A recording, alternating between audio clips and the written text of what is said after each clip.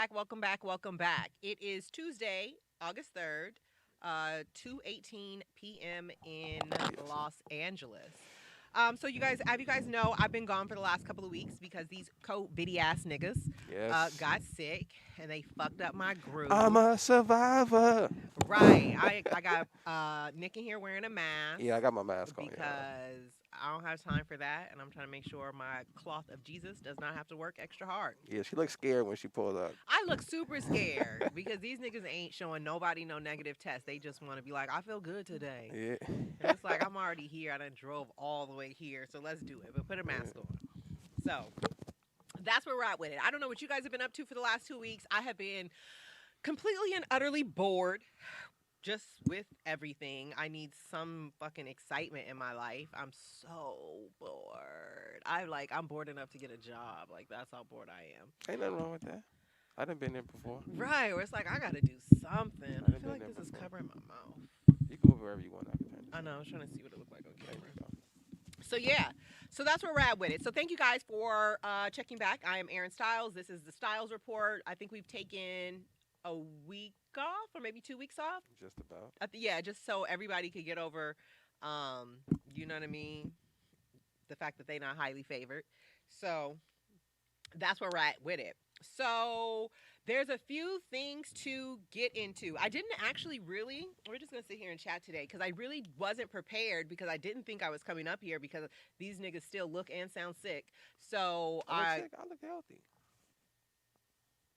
but you also ain't had no proper paperwork to go with that. That's a So, good point.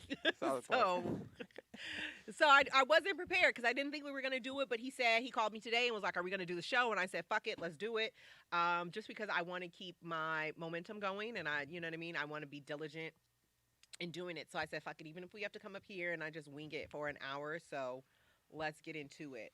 So there's a lot of shit that's been going on. Big news in LA land is we have Russell Westbrook and we have Carmelo Anthony as of this morning. Trevor Ariza. Uh, Trevor Reza. Trevor Ariza. He played on the Kobe championship team. Didn't the Lakers get rid of a whole bunch of people just to get Westbrook? Yeah, Didn't they pretty get rid much. of like Kuzma and Harold and Caldwell Pope. They sent to Washington. Yeah, and I also found out once they traded Westbrook to Los Angeles that he owns a lot of dealerships out here. He owns 4 dealerships. He's from here. Yeah, I didn't even know that. He owns like 2 Hondas, a Roma Alfa Roma. I don't know what kind of car that is. Some little bitty European car, and a Jeep dealership, which I thought was kind of dope. And then Carmelo Anthony. Personally, in my opinion, I feel like Carmelo Anthony should retire. Why? Just feel like Why? you've given it He's only 35 years old. 36, 37. right. However, he's been at his profession for at least 18 years. And That's a long time. you don't tell a nigga at Walmart that. Right, but a nigga at Walmart ain't hooping. He just stocking shelves. Yeah, but if he can still hoop, what's the problem? But can he still hoop? Yeah, last 15. What do you average? 15 last season. That's the question. Can he still hoop? We're gonna find out. I don't have nothing against Carmelo Anthony. I just feel like I've just seen him on so many different teams get so close but never get over the hump. He will this. He will And- next year. I guess the Lakers will do it this year, but the Lakers won the championship last year and then got their ass sent home. I mean, Dwight Howard's back on the Lakers. Is he really? Yeah, they re-signed Dwight Howard. Okay, well, it sounds like they got a Space Jam team. That's what they called it. this That's season. what they called it this morning on. Right. It sounds like they got a Space Jam team this season. Also with Simone Biles. So I guess within the last week, everybody was doing all of the chatter about Simone Biles deciding to withdraw from several competitions in the Olympics because she felt mentally, her mental health wasn't there. And people kept calling her like a quitter and a loser and, you know, everybody who can't fucking do one fucking turnaround on them beams. Niggas can't do cartwheels. Right. Talking Can't shit. do cartwheels, but got something to say. But then I was watching a video of her in practice, and her mind and her body wasn't aligned. Like, she was saying that her mind was saying turn, flip, Right. but her body wasn't flipping. Okay. So I saw like videos where she was just doing her normal routine, but she just kept falling, like midair, just falling straight down onto Right. the mat, which could be fucking scary, dangerous, and it could penalize her team if she goes out there and that happens when it happens. So basically, a whole bunch of people who can't run a fast 40 got something to say to the most decorated um, athlete in our country. But she came back last night.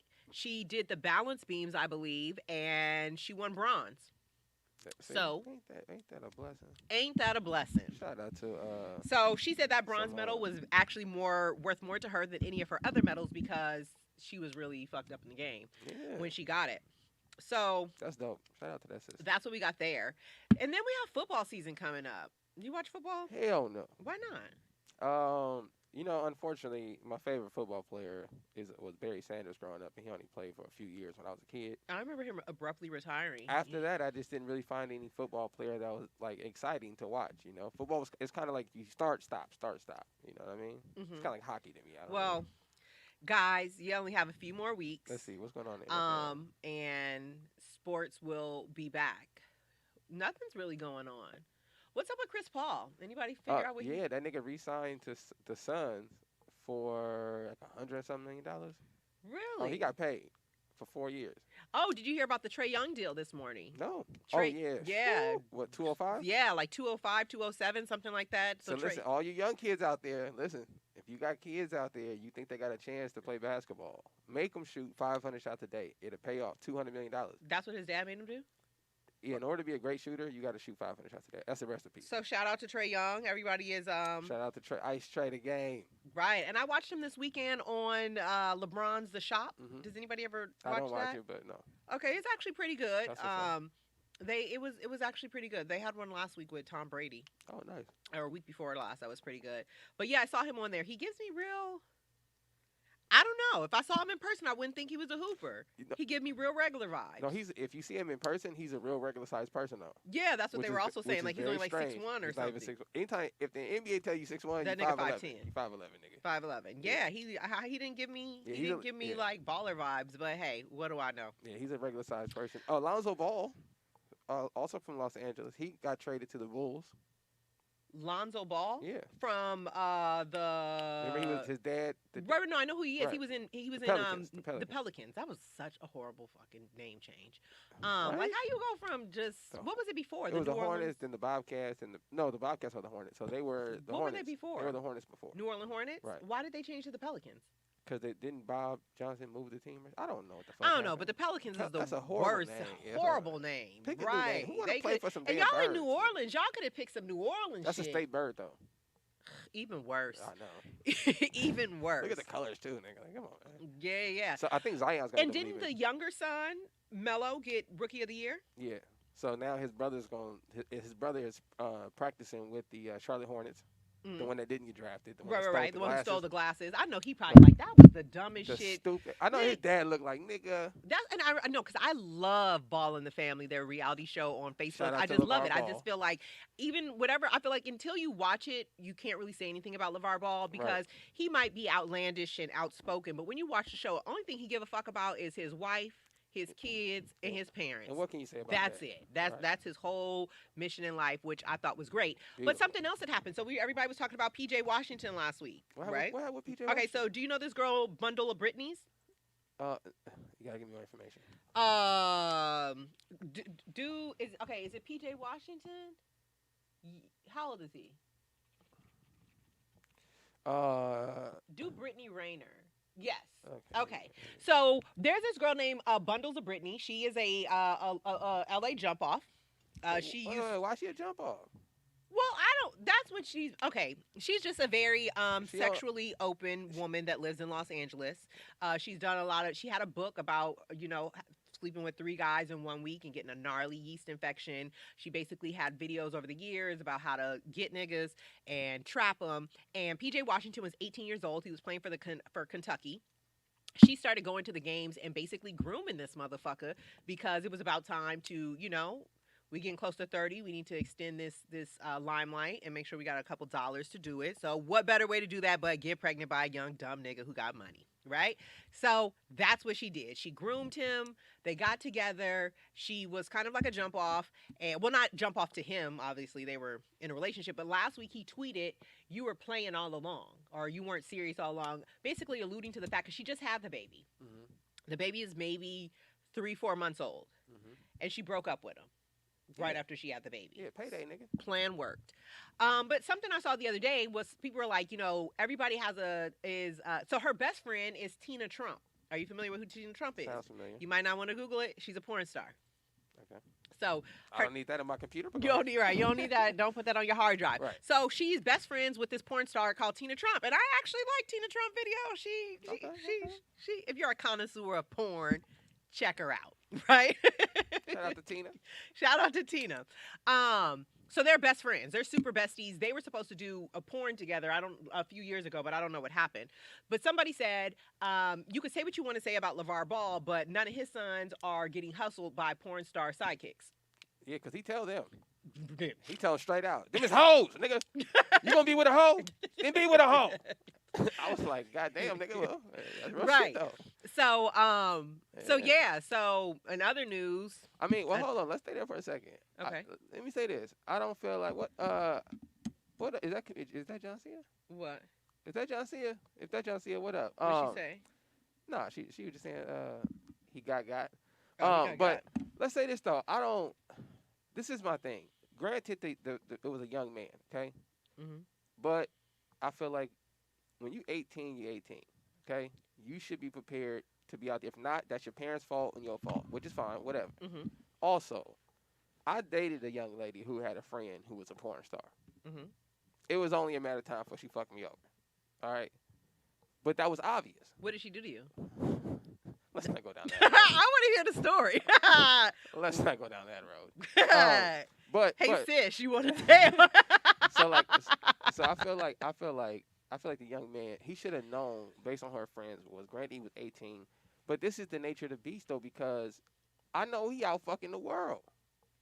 When you an NBA player and you getting this money, you traveling city to city. There's a bunch of those Brittney girls out there. Mm-hmm. So if you out there just smashing and dashing, no, they lived together. They were in a real relationship. No, I'm not talking about him and her. I'm saying on the outside of that. He could have. He said on the outside. He could have been doing this thug thing on the outside of that. You know what I'm saying? Which is fine. But you got, come on, man. Why would you wife that? But if you're 18 and you get somebody who know what she's doing, like you 18, how much? But this woman is going to represent your seed. She's a horror. No, I mean, I'm assuming, I would assume if he has mothers and sisters and aunts, they probably said something. But, like my uncle used to always say, because I had a cousin who was like wilding out. He was like 16 years old. And my uncle was like, man, he's starting to have sex. Ain't shit I could tell him now. He said, because I ain't sucking a nigga dick. He said, so he ain't about to listen to me. And he was just very matter of fact about it and went on about his way. Like, that's just where we at in life right now. But I feel like, maybe he didn't listen, but hey. But then again, it may not be I don't want to say he's a better person than her because we don't know that. You know what I'm saying? It's not about being a better person than her. It's just about, one, these kids need to stop putting everything on social media. Like, why everything you go through in life, you got to post it. Right. You know what I mean? That's the thing. Because nobody would even know you was getting fucked over, but they knew because you sent that cryptic post, which everybody was like, oh, game time. She just had the baby 90 days ago. Bet. That's what that is referring to. Yeah, now she got that bag, nigga, so. But I mean, that's probably 90% of the niggas in professional establishments, whether it be sports or professional careers too. You know what I'm saying? I know women who just hunt lawyers, nigga. My friend's mom. No, I mean, not even speak on that. Yeah, so I know some women who hunt non-athletes, nigga, and they know where to get them. So Well, ask them where they hunting. Because around my parts is dry, dry. I'm. What is it? My friend's brother said, we fishing in muddy water. The girl I'm referring to that told me that she said the reason why is, she said because athletes, they can afford for you to fuck up they situation. Because the woman already kind of assumes that they might be doing a thing, Mm-hmm. So you don't really have no leverage. She said, but if the nigga's a lawyer, a doctor, some shit like that. Oh, they can't afford it. They can't afford to fuck up nothing. So whatever you ask for is coming. Yeah. It's no negotiation, nigga. It's they don't need no TMZ, newspaper. No text to the wife. Because it'll fuck all that shit down the drain. You practice everything. So that's what she was telling me. That was the game she was giving me. It's fucked up, ain't it? That's a good practice or tidbit if you in the. She scoffed at an athlete. She said, I would never. I'm like, bitch, what the fuck? She said, nah, nigga. I mean, that's a good game to give if you in the man, hustle away. Right, man. If you in the business of hustling niggas with money. But what if it's the other way around? What? Right? So how would we feel if it was a young dude out there He got his Nick Cannon on. You know what I'm saying? But let's say he wasn't Nick Cannon. He ain't got no clout. You know what I'm saying? He just an Instagram nigga. I would be pissed if I like got pregnant by somebody and they tried to sue me for child support. By a nigga? Yes. Guys is out here doing it. Okay, I would do that, nigga. If I wasn't a saved nigga, listen, if I was a worldly nigga. You would sue me for child support, I would fall off the grid. I wouldn't give a fuck. Find me, nigga. Find me. I'm changing my number. I'm moving my mama. Nigga, kiss my ass. Listen, y'all, give them the phone number. We have callers. Caller, if you want to call in. We don't have callers. Callers, if you want to call in, 818-914-4087 if you want to add to this conversation. So let's ask the question. What is the question? The question is it wrong for a man to demand child support? Is it wrong for a man to demand child support and to demand spousal support? And on that note, good transition. So, remember Kelly Clarkson? Yeah. She won the American Idol a few years back when it first... Shout out to Kelly. Right. She was fat, they got skinny, they got... Right. So, she just went through a divorce. Okay. And she was ordered to pay her husband $200,000 a month. Congratulations, player. In spousal support and then a little bit more in child support too. Hey man, get your money, player. What I found out after reading about it is this: her husband's daddy did the same thing to his mama. Yeah. So he was like a bread. Season them, nigga. Right. She should have known that. Like season them. Yeah. Because I was reading something where they're like, when you're dating people, there's certain questions you should stop asking, like, what's your favorite color? What's your favorite food? Who gives a fuck? How are you with your mama? Where your daddy at? So like, look, you know what I mean? Let me tell you how real this is. Right. Do you believe in therapy? Like, those is real foundational questions. But look, I'm gonna give you one more step. Don't ask those questions. Why? Observe. But what if they're not around to observe? And then you wait, nigga. You wait. So how much time I gotta waste to see this nigga got a fucked up relationship with his mom? You have we on a time schedule. Because let me say this, man. I think more important than learning lessons and reading the books and all the shit that we do as we grow older to make better changes in ourselves, I think innately the shit that sticks with us is what we seen growing up. And we're always fighting that battle of trying to get over that hill, whether it was damaging or positive. So I need to at least know what I'm getting myself into. So I'm not saying, like, if I meet a woman, when I met my wife, her relationship with her father didn't have to be perfect, right? But I need to see. I need to see how y'all... But what if the father's passed away? No, you're right. But I need to see how you interact with the men in your family, with the women in your family. I need to see this dynamic. I need to see it up close, nigga. I need to see somebody get a little upset, nigga, and I need to see it. Because if you could tell me all day, but unless you see that shit, you don't know, nigga. So and most how do you feel about men asking for spousal support? Ask, nigga, why? Get your paper. Why not? But why? We live in America. Y'all want equal rights, nigga. I don't want equal rights in my house. It's too late. I don't want. It's too late. Nigga, them hoes out there want equal rights. In my house, we traditional. They said Dr. Dre paid $300,000 a month. Nigga. That's a drop in the bucket. That's a drop in the bucket. There ain't nothing but then there was a lot of people who, right after the Dr. Dre happened, they were like, "Oh, I will never get married." But it's like, nigga, you ain't even got the pink slip to your car. What are you talking about? Like, what did you mean you never gonna get married? What do you have to give? You got a bitch, nigga. and look, you can still making payments. And you can discuss that with a woman and say, "Listen, I'm coming in with this. If this goes bad, let's leave with this." Do you believe in prenups? No, I subscribe to the scriptures. So you don't believe in a prenup? I subscribe to the scriptures. The scriptures tell the men very clearly, right? If you deal with this woman, you got to take care of that woman. Period. It's that simple. Okay, well, for all of the people who ain't living in the word, right? So. And it's not about the word. That just makes sense because I get that. Because look, now even if I got a couple niggas I need to cash out on because they supposed to be taking care of me. Because think about it like this, right? Think about it like this, because now, and I'm not saying this to the women out there. I'm not saying this is how men look at it. I'm just giving you a wide perspective. In the grand scheme of things, you're damaged goods to the next man. Damaged. And I don't mean that in the worst way. Like, I don't mean that in the worst way. I'm just saying in a just a basic format perspective. The man is looking at it like, oh, you've been married before. You've had kids, right? You've had this experience. Now, if I haven't had it, we a little unevenly yoked. You know what I'm saying? So I'm just saying as a man perspective. I'm not saying we looking at it like, oh, I ain't gonna fuck with her. But we look at it like, damn, that's kind of like a little bump on the It's funny you say car. that because me and Tiffany were having this conversation a few months back. Shout out to Tiffany. Shout out to Tiffany. She took her shout out to Tiffany. So we were having this conversation a few weeks back where what was I trying to say? Oh, so there was this gentleman that approached her when she was out, and he told her that he was going through a divorce. or a separation.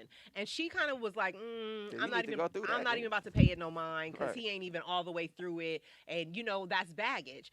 But her cousin was telling her, well, why do you feel like he's not ready for a relationship if he's come to you and he said, I am looking for A, B, and C, Mhm. right? And we have this conversation about baggage that people bring to relationships. And I had to tell her, well, us being our age and not having any children, wanting children, and not having and never been married, some people might look at us as baggage. Do you know what I mean? They might come along and their kids might be 8, 9 years old, 12 Right. years old, and they just looking for a partner and a companion, but they're not trying to start a family. And they might like you, but they know, like, damn, if I get with this woman, I'm gonna have to give her a kid. Right. So they'll just avoid you altogether because That's a fact. even though we don't have the so-called baggage, it might be viewed as baggage to other people Right. because we're still looking for things that they have already obtained. Right. So that's a Give, good. give out the call-in number real quick. It's the if you want to call in, it's 818-914-4087. Once again, it's 818-914-4087. Yeah, I agree with that. I agree with that. I think for me it was a challenge to find a woman that didn't have a kid, and that's Do you know only how because hard it is to find a man that Right. doesn't have a kid? Right. Oh my god! And for me, I do not I've want to date dated these niggas with right. kids. I dated a woman with a kid, and I don't like saying an alpha male because I hate when people use that term. Alpha just means And you, it's always an it's so fucking insecure stupid. nigga Yeah, it's using so the stupid term because alpha male. alpha just means you're the leader of something. But if you ain't leading nobody, nigga, you're not an alpha. FYI. Anybody nigga. who says they're alpha male, they dick is Yeah, little. alpha does not mean Based off that of you my masculine. research. So, like, that's not, yeah, we got to call it. Caller, what's your name and where you calling from? This John Cia. What's up, y'all? John What's Cia, going what on, John up? Cia? How have you been? Man, listen, our nigga is stuck in D.C. with COVID, man. Oh, I just got over. How you feeling? What? I'm on like day 11. I'm so much better yeah. today, but when I tell Oh, you, you got COVID too? this joint Yeah. right What the fuck here is was a going on? It's that nightmare. Delta variant, nigga. That shit, nigga. You got about another week, I'm John about to Cia. go straight Listen, to I the gotta- vitamin shop when we leave here. Listen, I'm sis, not playing with I you. got a recipe for you that's it'll make you feel better. What? Man, I'm good. I'm on day 11. Like, I'm almost out of quarantine, for real. But, Yeah, you got like another man, week. So, I John Cia, flew I have a home question. Thursday and didn't even know I had COVID, man. I've been down the whole time. How did you know you I've had it? been- How did I know? Because my body felt like it got hit by a truck. That's what everybody And I was says. real weak, so my grandma was like, go get tested, and that joint said positive. Did you lose your taste buds and your smell? Now, why I did not lose none of my taste buds and Oh, smell, okay. y'all. My shit My was fat gone. ass body was like, what we will not do Is go hungry. is lose our appetite, our taste and smell. That's hilarious. So, John My Cia, fat body was not playing. What's up? do you believe in giving men spousal support and child support? I do believe in doing your part for your children There we if go. you don't have them. Absolutely. What do you mean if you don't have? No, we just broke up. We got joint custody, but now I got to give you child support or I got to give you spousal support. I mean, who has the most money and The woman. The what's woman. going on? The woman has the most money. I mean, the rules are the rules. That's what I'm talking about, You John can't- Cia. You can't. I'm only Nigga, we gonna saying be this. common law. It's not a gender role thing. You cannot say I'm the billionaire in the family. You can't get anything because at the end of the day, I look at it like this: we both were in a relationship, and one person was there for the other when the other person didn't have anything, and helped them build this together. Now, because of whatever happened, it didn't work out or whatever, you still have to, come on, man, you got to do your part, whether it's a male or a female. There we go, John Cia. Speak the truth, hold on. It just depends on why we broke up. I mean, if the children, whatever spouse the children is with, that's who should get the child support. As far as spousal support, I mean, 90% of the time that man was helping you, holding you up, and I don't know. pushing you I mean, through. I agree with what you're saying. It just depends If on how not, you angry shouldn't I be am when with we them. break up. On what I'm, you know what I mean? Because if I'm pissed at you, nigga, take me to court. Let's get this shit out of blood. You know what I mean? I'm not volunteering, not there, nothing. You know what I mean? And we'll just take it that way. But I also feel like I would be the type of person, and this is shady as fuck, so if anybody's listening, whatever, let me put my cards on the table, that I know that if I had a business and it was starting to be successful, I would purposely set it up that he couldn't touch it just in case. You know what I mean? Like, make sure my paperwork and everything is and my mama name or some shit. Like if this nigga me, start tripping year me. 5, like, oh mama, you want to buy this from me and just keep running it, you know what I mean, or something like put I'm somebody like else's name on it or See me? something. I would do nothing like that. I would be seriously like in love, want to look out for the person that I'm with, making sure that what we build together, we good. I don't even be looking towards the breakup thing. Like me and my boyfriend are completely broke up now. Like there's no more. You guys dudes, broke up? Yeah, we broke up. Why? I'm not even. Well, let me not ask you all your business online. It's been like a month now. What? But Why? I Well, let me didn't not ask ever you all your think business about- on air. Damn, I'm sorry to hear Girl, that. What business? Y'all look, y'all the ones already knew about everything. Well, I but knew you really liked him, and I knew he was supposed to be moving out here like around now. Yeah. I think I don't know if he is or isn't, but I did like him. But at the end of the day, when a person shows you who they are, you gotta believe them. And I can't. I'm too old to be a delusion. You know what I'm saying? I want to start a life in this business that I'm about to grow in, and I need someone to support me. But I can't have issues. Like if I worked a regular 9 to 5 and we were in the house and had I could work through people and their issues, but I kind of got to have a man that comes to the table like, I ain't saying 100% correct, but ready to rock and roll. Like, Slim, listen, you're really about to mess with a mega superstar. We got to rock and roll. We don't got time to stop, whine, baby, breastfeed, and then want you while we got to do the baby too. I ain't got time. I hate to hear personal. I think he's a great guy for whoever he's supposed to be with, but he has a little bit of issues, like daddy issues and stuff. That I feel like everybody got daddy issues, male and female. Yeah, but the thing is, I was raised with a father and a mother, so I don't understand. That's why I kind of always wanted to have a man that the mother and the father were both raised together in the same household, because I don't. That shit counts. I don't understand you not speaking to your father when he comes over to your grandparents' house. I don't get that either. I just don't. I personally don't understand, and I'm not coming for you or nothing like that. It's just that these things spill over into relationships. I agree. That's a fact. I agree. That's what I said too, John. See, I make sure I gotta see you with your parents first, nigga. But what if the person's like one of my friends? Both her parents are passed away. Like she was. I need to see you with your aunt, nigga. Some people have very small families. I need to see you with somebody that care about you, nigga. Yeah, I mean, if your parents pass away, then you probably live with your grandparents. I'm just saying, 2-parent household. I don't care if it was 2 adopted parents. I just saw love and I just saw a relationship. And it's so weird that a nigga who grew up with his daddy on the road, who left y'all alone, you want a bitch that grew up with not a bitch. You want your wife that grew up with 2 parents in the household, but you was a renegade from 12 to 21. Because, like John C is saying though, but because that shit it means something about your structure. So what are you lacking that you didn't grow up in a 2-parent household, Nick? I don't. You would have to ask her that. I can. The one thing that I've noticed, what is that I wish I had seen more, was like a wife and a husband interacting on a daily basis.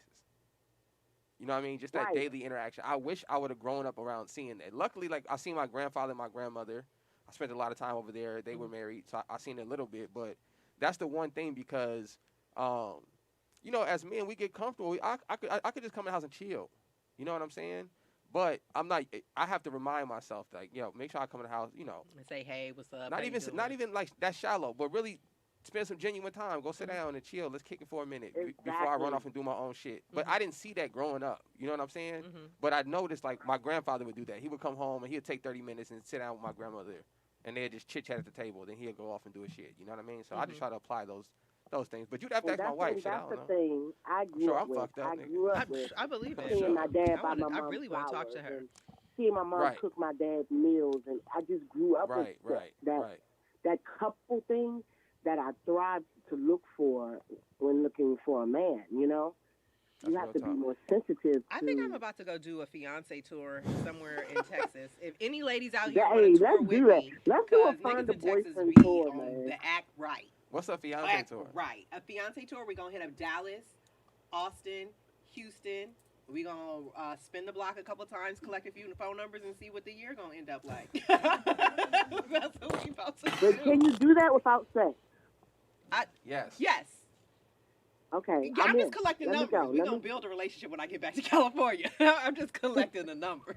And then another thing is though, I live in California. I need a person that is willing to move to California with me for my dream.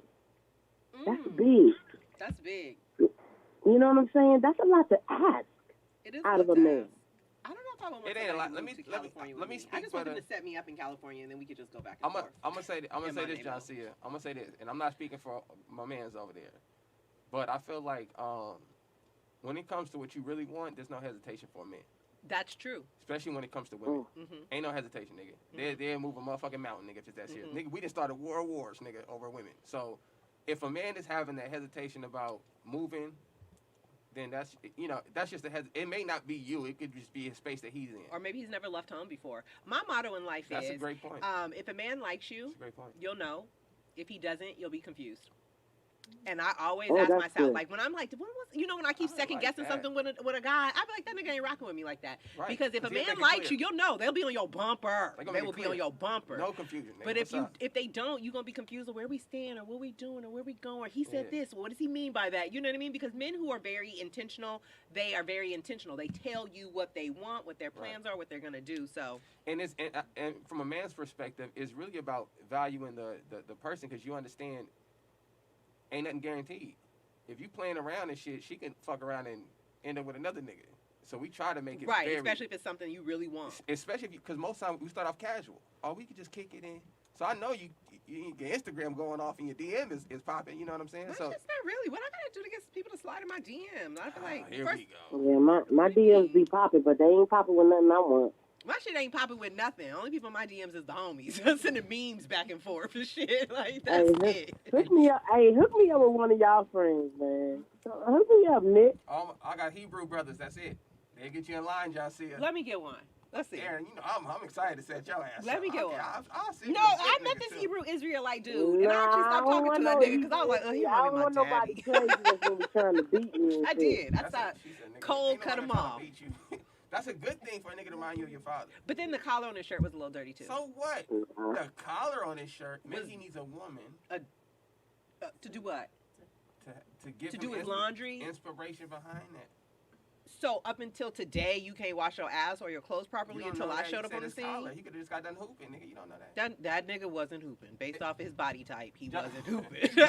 Don't come for his body type. I'm not coming for it. He just didn't have no hooper physique. You know what I mean? I'm just saying. John C, the fans want to know when you coming back. When you coming back? Oh, the John C show is going to definitely come back. As soon as I'm coming back next week. You know what? Let me Nick, let's set it up for this Friday coming. Not this Friday, but next Friday. All right, for sure. I'll fly in on like Monday, and I have a car now and said fly everything, in? so I can come in the studio with Where no are you? problem. She's in D.C. Oh, I thought you were local. I am local. I live local, but I flew home for my granddaughter's first birthday in court COVID, so I can't fly back until it's all That's what over happened and to gone. my uncle. All right, for sure, John. All right, it was good talking to you. So look, next I see you Monday, but next Friday we back in there. No, yeah, I'll send you some information on who I want to put on, but let's do not this Friday coming up. Right. The Friday after that. Let's bring the John C show back because I love that shit. All right, for Let's sure. do it. All right, get well, sis. All right. I love y'all. Speedy recovery. All right, I'll talk to y'all. See y'all soon. Speedy recovery. Yeah, man. Shout out to John C. Let's do that. Let's. I know I'm not supposed to be playing games with your man of the cloth. Go ahead. But let's give him do it. 90 days. Let's see where it goes. No, that's not how it works. What do you mean that ain't how it works? That's not how it works. Let me break this down for the ladies, okay? When you're dealing with the man of the cloth, okay? Because it's a different understanding, which is this. It says this in the scripture too, so I'm not putting my own words. The woman was made for man, not man for the woman. Okay. Right? And what that means in a nutshell is I'm not put here to please you, which is what the world tells women. The world tells women, happy wife, happy life, right? Please your wife, keep her happy. The scriptures are saying the exact opposite. Okay. The man is not made. I'm not even designed to please a motherfucker. Okay. The woman is but literally. I'm happy with shit being paid, and you know what I mean. Us being able to buy But that's shit. not my job. What do you mean that's not your job? What is your job? I'll then? tell you in a second. Caller. Caller, what's your name and where you calling from? McVeigh from Houston. What's cracking, McVeigh? Hey, what's going on, Aaron? What's going on, What's King? going on? Hey, real quick, man, y'all hit on something that I thought was kind of interesting, although, several things y'all touched on was, interesting. But when you guys were talking about the importance of the two-parent home, one of the things that I find fascinating and intriguing is how abnormal it is for society on some level to engage with two-parent home children who are raised in two-parent homes. Small example, when I'm present at one of my kids, my daughter's 20, my son's 15, when I'm present at one of their events at school or meeting, the parent of who they're dating, they're almost shocked that we live in the same household. Wow. And when I would go to my son's school and, for a conference, or I would do sometimes, I forgot the event, but it's basically, tell what do you do for a career day, excuse me. Right. And it was so surprising for a lot of the teachers to know that I was in the household with my son. And so when I read the comments in the comment section from the Hateful Eight, man, one of the things that I think is absolutely amazing is I see all these guys who speak about their children and their wives, like L out of Houston.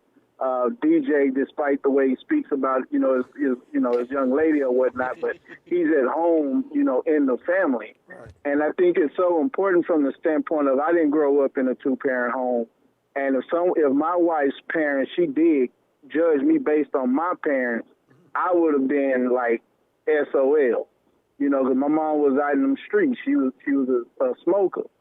And so, it's important because, again, I didn't learn a lot of these things that I should know as a man. I couldn't fix nothing if you gave me the instruction book and printed that joker in a huge font.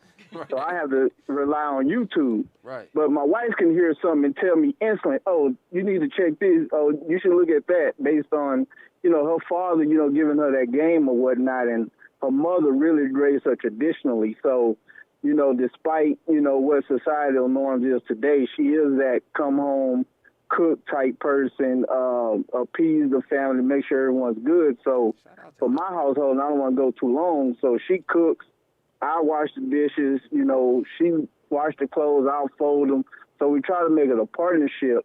And the reason I said that is because when Nick said to see the interaction of the two parents, you don't know the lessons that you're teaching your children. Right. Via that imagery outside of what it is that you're actually saying.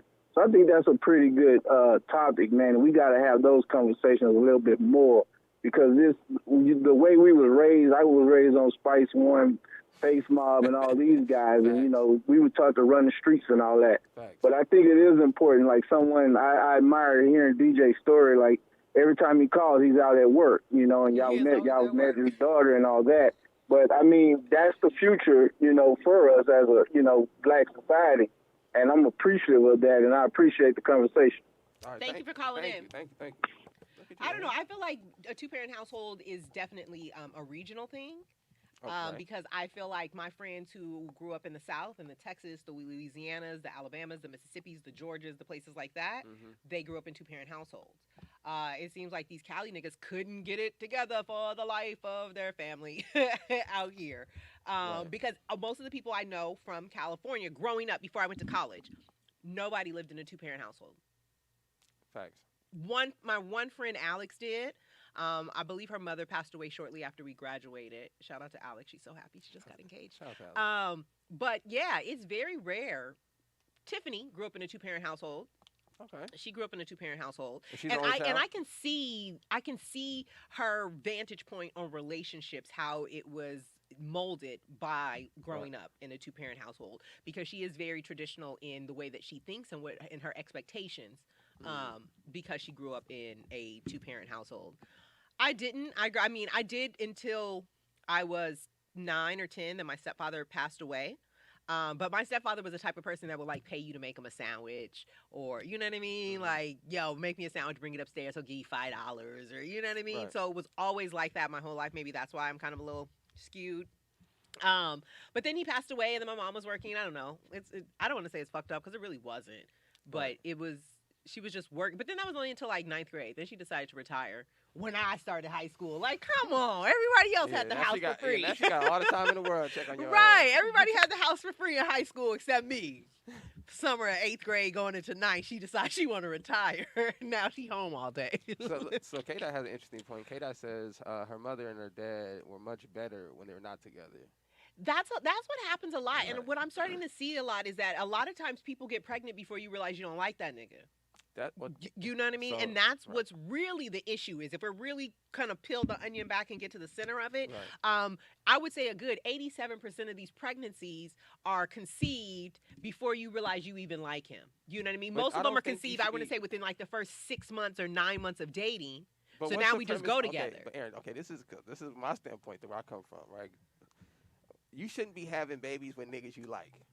Let's start there. But we shouldn't be aborting babies from niggas we don't like. What do we do? You should not be aborting babies, period. Exactly. But So what do should you not- do? Listen, and I can't tell women what to do. So I don't want to come off like I'm trying to tell y'all what to do with your vagina, okay? Mm-hmm. But coming from the other side of the table as the man, right, I would tell the women, you have to take more responsibility for what you're doing. We have to. It's your vagina.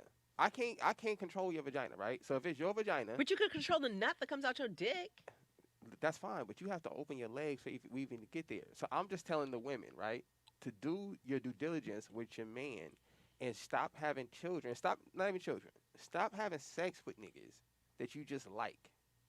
You know how long it takes to love somebody? It's not about love. What am I supposed to do in the It's meantime not in love, between time? Love and like is not in the scriptures, y'all. That's What am not I what you're doing? supposed What am to- I supposed to do in the meantime in between You're time? not supposed to be looking for love and likes, nigga. That's not what this is. You're supposed to be looking for somebody who can represent you.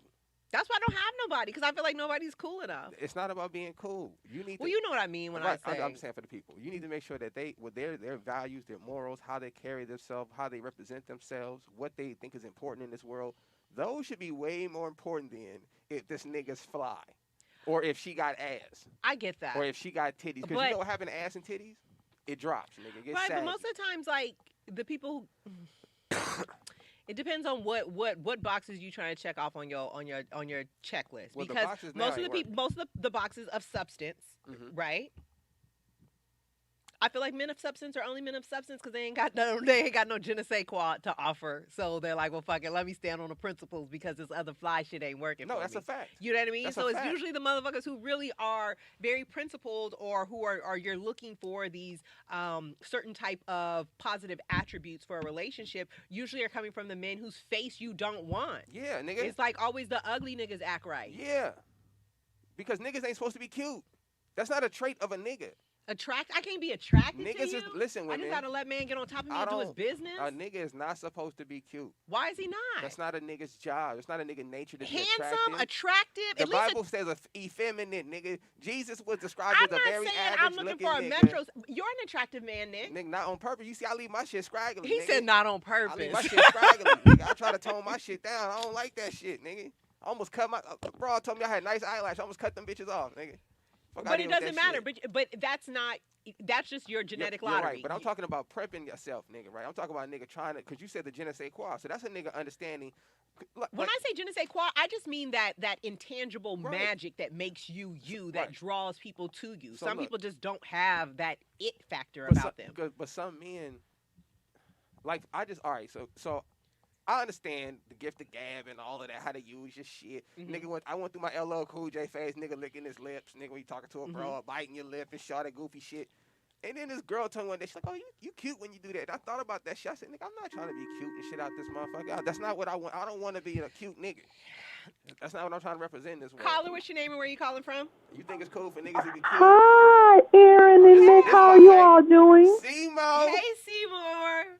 I am enjoying this discussion and everything. I wanted to call in because I heard what Nick said about, checking or trying to find out a woman's, his mate's past, when you meet her and how she interacts with her parents and everything. Right. And from the South, that is a big thing. Sometimes when you meet someone, if you're like a small town, well, who are they people? Right. People will judge you off of, okay, who are the folks? Most of the time, small towns, the people's family. Oh, that's a good family. Oh, that's a bad family. But like my friend McVeigh, when he called in, it's very true. Because I was a foster kid. you know, and you can't help what your parents did or whatever, you know, and people will see me now, oh, you're not married, you don't have any children. No. Well, why you don't have any kids? Well, I'm not married. And they look at me like I got, oh, it's something wrong with you. But what's weird, I went to Dubai back in 2019 and saw some very handsome, I understand Nick said men ain't supposed to be handsome. This brother's over there in that sand, something very, I was like, you have any kids? And the men, oh, no, I'm not married. So it's really about, I think, how we're raised over here. We just think because your hormones are out of control, that means you got to go get that thing off. Right. And we're not raised to be disciplined and everything like that. Like, it's a weird, why, well, you know, my cousin, her mom, Chester ain't got no kids. What's wrong with her? Well, she had 10 kids by 3 or 4 different men, and she's in her 70s. Nobody married her. Now, that's an anomaly. Because back in her day, women got married. Even if they had kids, men would still marry them. Right. But it's a weird thing in our society now that people look at you weird because you are reproductively responsible. You don't have to have kids. That's a fact. That's a fact. I feel like the 60s and the 70s and, like, the early 80s was the stepdad era. Niggas didn't give a fuck. Like, I'd rather somebody not have kids than to have kids and not want to be a parent. And that was my thing. I was a foster kid. I never got a chance to meet my dad. When I finally found my dad's side of the family, he had already passed. And so I just didn't want that. I'm like, I want my children to have a mother and a father in the home, preferably. Right. But then also, you know, being married wasn't a prioritized for me either. My thing was, let me get my education and this, that, and the other. And if it comes, it comes. I'm open to love. But it's like nowadays, it's just like people just want to use you. It's like we treat each other, I say, like human dildos. No, that's a fact. For just sexual gratification. You don't care about the person. We literally are walking around here, oxytocin levels depleted. You can't even connect. You don't even know how to feel. We're just bumping into each other. It's ridiculous and it's sad. And I'm just like, if it's not love, I'm cool. I'm just going to love myself. I don't have time for the foolishness. And I wanted to touch on what Erin said is 100% accurate when it comes to men. When she said, if he wants you, you're going to know it. Oh, yeah. The one thing a man should be able to give a woman is clarity. And if it's confusion, like she said, he don't want you. Me and Nick, you will let me know if I'm off base with this. When it's something y'all want, let some new Jordans come out that your ass wants. Oh, yeah, let some rims come out that your ass wants. You're going to go get that thing that you want. Yeah, we're going to Same thing for these women. We'll build a bridge over this motherfucker, nigga. You keep playing like on yeah, you going to sacrifice, do what you got to do. Facts. Oh, I want those new whatever. Jordan 15s, I don't know. You know, y'all gonna go get the things y'all want. You want this car. Y'all gotta, you know, trick it out. Same thing with these women. But it's sad that we don't see the value in each other. We put value in things and use each other when it should be the other way around. I agree. 100%. And Simone, to your point about the kids, one of my biggest things growing up was I did not want to have kids when I wasn't married. That's me too. That's one of my yeah, biggest that was things. my I thing don't want to be too. somebody's baby mama. And but at this point in the game, I'm like, fuck it. My thing was I'd never seen a fucking black family growing up, and it really used to, and moving to the valley where you see all these other different cultures of people. I seen them with their in LA. It wasn't a thing because everybody was the same. Right. We in the hood. Everybody got a mama and a stepdad. Nigga, we out here thugging. When I moved to the valley, I was around like Armenians and Persians, and they had families, and houses and shit. And I'm looking like, nigga, I want this. I wanted my kids to come home and see me and they mama, and we happy and we ain't arguing and shit. Like I wanted to represent that for black people, and I felt like that was one of my biggest focus as a kid was I just did not want to get no girl pregnant. And one of them bras had an abortion on me, so I should send her a motherfucking message, bitch. You's a killer. You's a murderer. You's a murderer. I want to say too, just like what McVeigh said, you know, I understand that people want to have that opportunity to kind of take a look to see how they interact on the family side, but like, you know, some people can't help that they were born into jacked up families. You know, I was still valedictorian in my graduating class, homecoming queen, all of this cheerleader all through high school, went to college on a scholarship and everything. So just because a person comes from a bad family doesn't necessarily mean that person could be quote unquote bad. You know what I'm saying? So, I agree. And then I would look at my friends that had mom and dad doing stupid shit, and I'm like, why they do? Yeah, they got a mom and a dad. And I just feel like, man, if you had your mom and dad, man, your world was perfect. But then of course life teaches you, no matter what people have, we all have a journey. Right, you're gonna go through that. It doesn't matter. Everybody got something. I've learned too that dysfunction is in every household. I don't care your cultural, I don't care your socioeconomic, I don't care your spiritual background. There's a level of dysfunction in every household. Facts. It's just in different degrees. But I enjoyed this discussion. Aaron, another great show. Thank you. And I pray that brothers and sisters can heal and come together in Jesus' name. Amen. Thank you. Look at that. Amen. Well, I you think know I'm what? about Have to a book me a blessed flight. one. I was just Thank telling. you, Simone. I was just talking to my neighbor this morning, and I just was like, I am so bored with life. Like, bored is like a super understatement. I would take boredom right now. I'm beyond. Because you have to think, in California, we've been on quarantine for a year and a half. We opened up. Too, nigga. We opened up, what, 6 weeks ago, 8 weeks ago, fully opened up, and now we back on the bullshit 6 weeks later, and it don't look like we about to be. I'm just over it. And I was like, I think this is why people start to have kids, because you ain't got nothing else to do. So it's like, okay, let me give some purpose to my life, because I feel like a lot of people have kids for that reason. Do you yeah, feel because like I'm bored. I know you like to travel. Do you feel like I remember when I traveled. I don't travel a lot. The few times I did, though, when I got a chance to travel to Hawaii and hit all the islands, the one thing I thought about the most was like, damn, I wish I would have did this with somebody I actually gave a fuck about. You know what I'm saying? Like, I knew a few people in Hawaii that I got a chance to link up with, like a friend and get some weed from this person, and another friend I was on a business trip out there.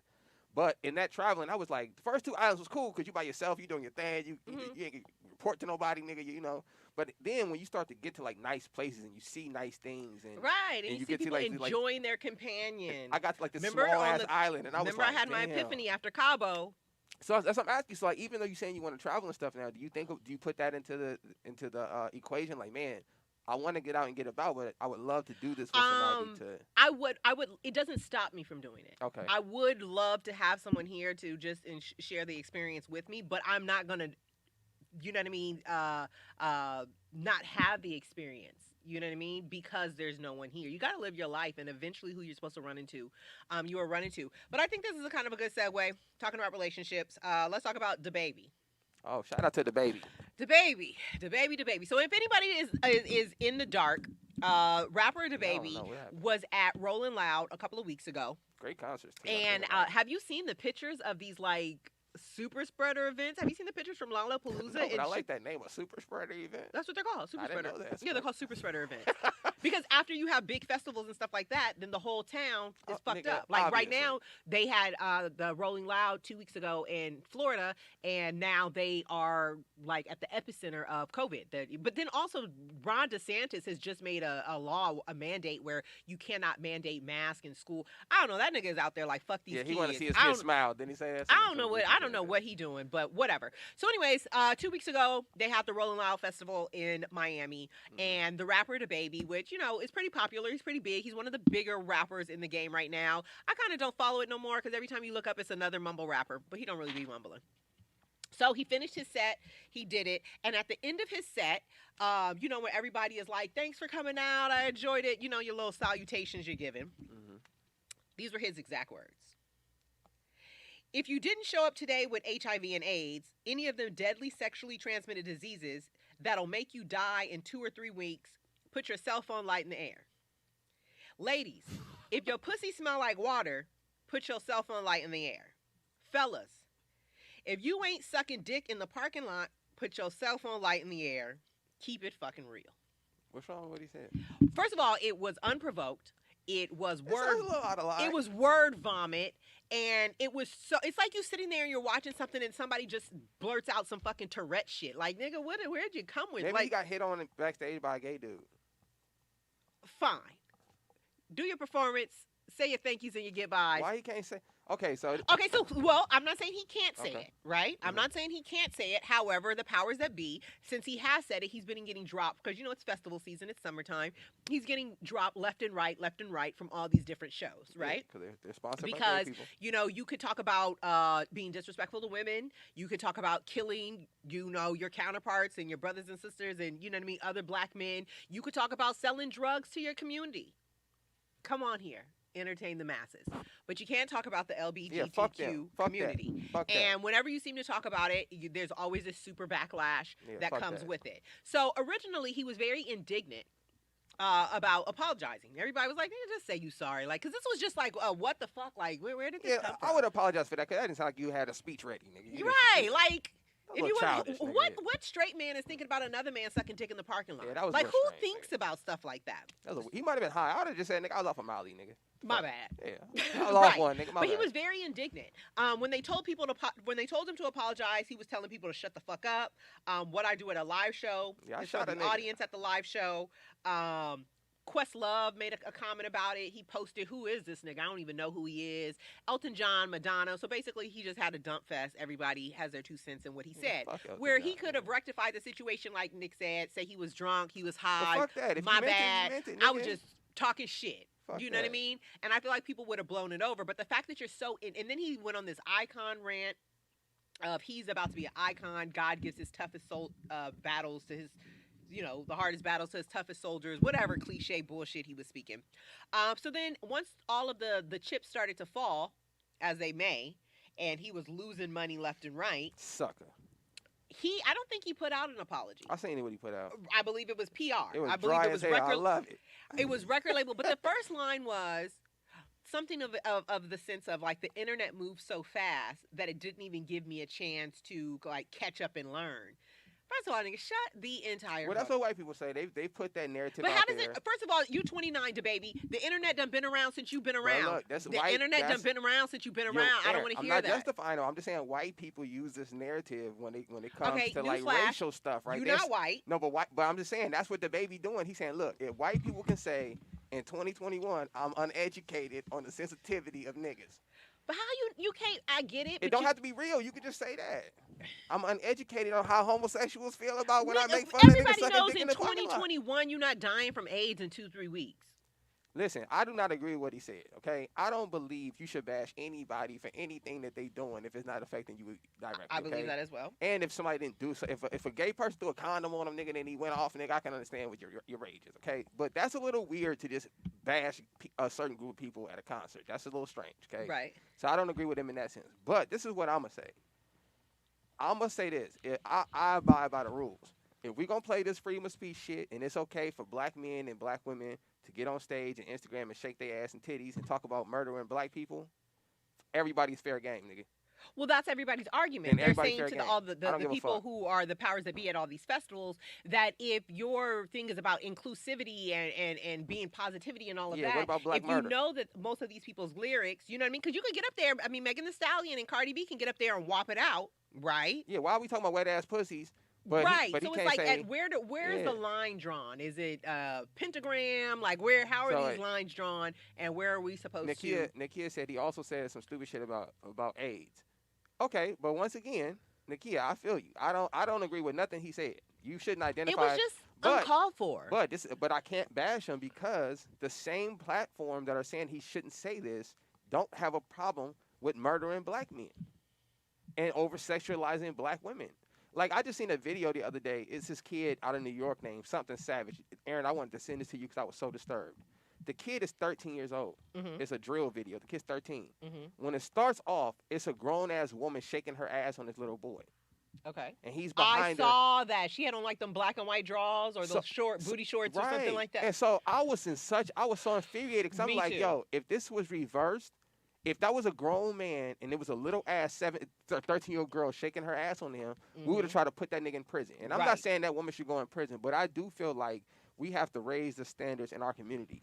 We can't look for other people. So if the I commemorate the LGBT. If y'all feel like a nigga should not get up there and they cannot disrespect you, if you do, you're going to shut that bitch down, that's how it should be. But black people, we need to take the, shout out to my man Charleston, what's his name? The country nigga that be banging all the gang members. Charleston White, I think that's his name. I don't know who that is. Shout out to him. He just got into some shit with some gang members because he's saying fuck gang members. And I agree with him. I agree. If you about killing black people, I'm not fucking with you. I agree. So I feel like if the LGBT, the elemental P community could stand up for their people and say you're not even gonna make a You joke, know that's fucked up. we should stand up for black people. I'm not playing no more murder music on here. Fuck No that. more murder music. No more Black Death music on the Caller, Rollout what's your Show. name and where you calling from? That shit over. I'm calling from the gay black caucus. Elemental P. Hey, from the Hey, gay Daisy, Black what up? Caucus. Were you offended by DaBaby's What's comments? up? What's up? Yeah, was you defending? No, I just, Yeah, speak what'd on you it. say? Were you offended by his comments, being that you're from the gay black No, community? because I don't care, because that is the white people agenda. Like, if you see who speak out, it's white gays. Like, Okay. I wish our black people would speak out more like that. Like, white people immediately, white gays and trans, they immediately get on disrespect, right? Right. That don't be gay black people who ain't no gay niggas accosting baby with his comments and shit. That is white people. So Because white people want you to accept their gayness. You know what I'm saying? All facets and formats. so it didn't really get to the black community like that. No, because black people are already ashamed of, like, most black people feel like the baby. Right. You know what I'm saying? Right. So, like, it ain't us. Like, for me, it's like, I don't care what he say. Because, like, I feel like, as a straight man, like Aaron said, if you did see some gay shit, why are you still thinking about it? Why is that in your front? You know what I'm saying? You about to perform. Why are you still thinking about Right. that? That's what I thought was Because weird. every straight man I know, they don't entertain gay stuff. Yeah. I never thought about a nigga sucking dick in the parking lot. In my life. Right. Right. Why would that be what you thinking about after your set? Like, I don't who know. thinks about stuff like that? So, like, you know what I'm saying? Like, that's why motherfuckers be like, it's a fear. Like, it is. I don't know why. Like, you know what I'm saying? I'm not going to attest to why motherfuckers be on this homosexual shit. Like, to me, because, like, I'm not that intrigued about heterosexual. If I see two straight people fucking, I don't care. So why is it a big deal if you see two gay people fucking or doing what you do? You know what I'm saying? Like, that's what my concern was. Like, he shouldn't have just said nothing off top. Like, why is that your concern? Yeah, that was a little weird to me.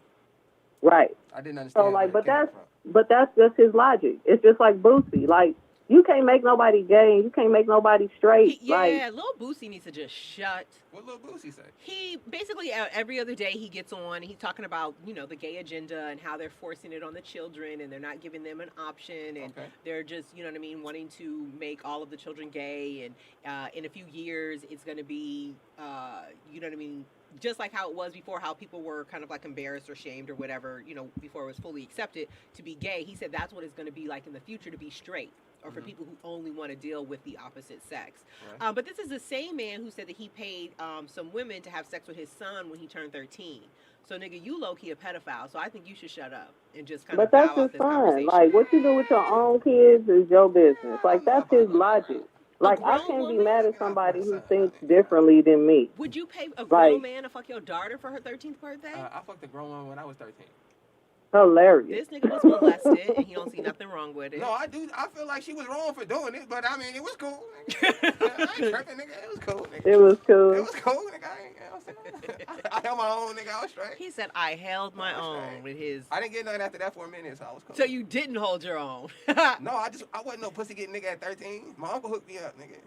I turned 13. Oh, he got a family of Chesters. He boosted me. He got a family of Chesters. He boosted you, bitch. He boosted me, nigga. Like, I turned 13. That nigga took me at the block, nigga. Like, I got one for you, nigga. He said he boosted me. That's a new term. That nigga boosted me. Hey, man, hit us up if you got boosie, nigga. Most men got boosie. I know. And that's what a lot of people don't realize is whenever we talk about, like, child molestation, we always frame it that female child is being molested, when actually it's male children who I believe, a lot of times. I don't have no science or data to back it up, but I believe that male children are molested at a higher rate than female children, but it's always swept under the rug because it's like, you a man, she trying to give you some pussy, what, you didn't like it, you know what I mean? Right. So she they don't rough, nigga, right, so they don't even bring it up. But for some women, they get off on like de-virginizing young boys, cool. You know what I mean, or stuff like that. That's some creep ass shit. Yeah, you asking, nigga. You know what I mean? That's some creep ass shit. You asking. I was cool. And that's why I said Brittney Bundles is a predator. You said who? Old girl who got dude while he was in college. Oh yeah. She was wrong. She was 27. Yeah, he was she's 18. a predator. He was 18 when she went and got him? Yeah. Oh yeah. Yeah, she was almost 30.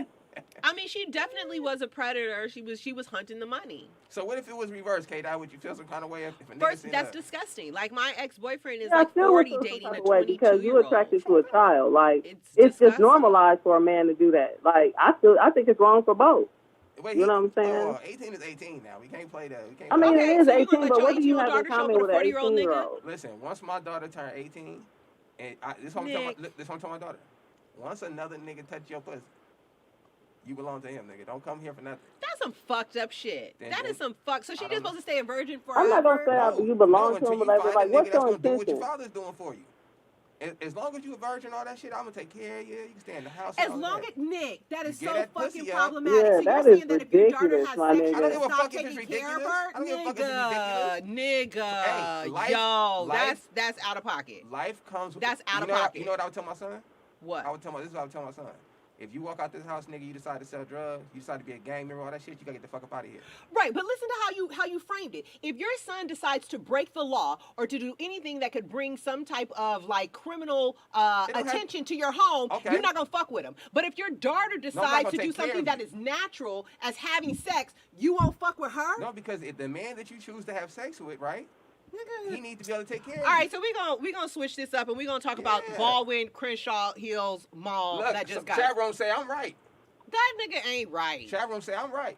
That's real talk. Cause now you on that so man your son plan. can sell drugs, but your daughter can't have sex. No, I just said he can't. That's my whole point. I said he can't. But why is it if she decides to have, you know what I mean? Like, why isn't it you don't tell him like, oh, when you decide to have sex, I'm not taking care of you no more. I'll tell him the same thing I told my little brother. The moment you decide to lay down with that woman, you're responsible for her.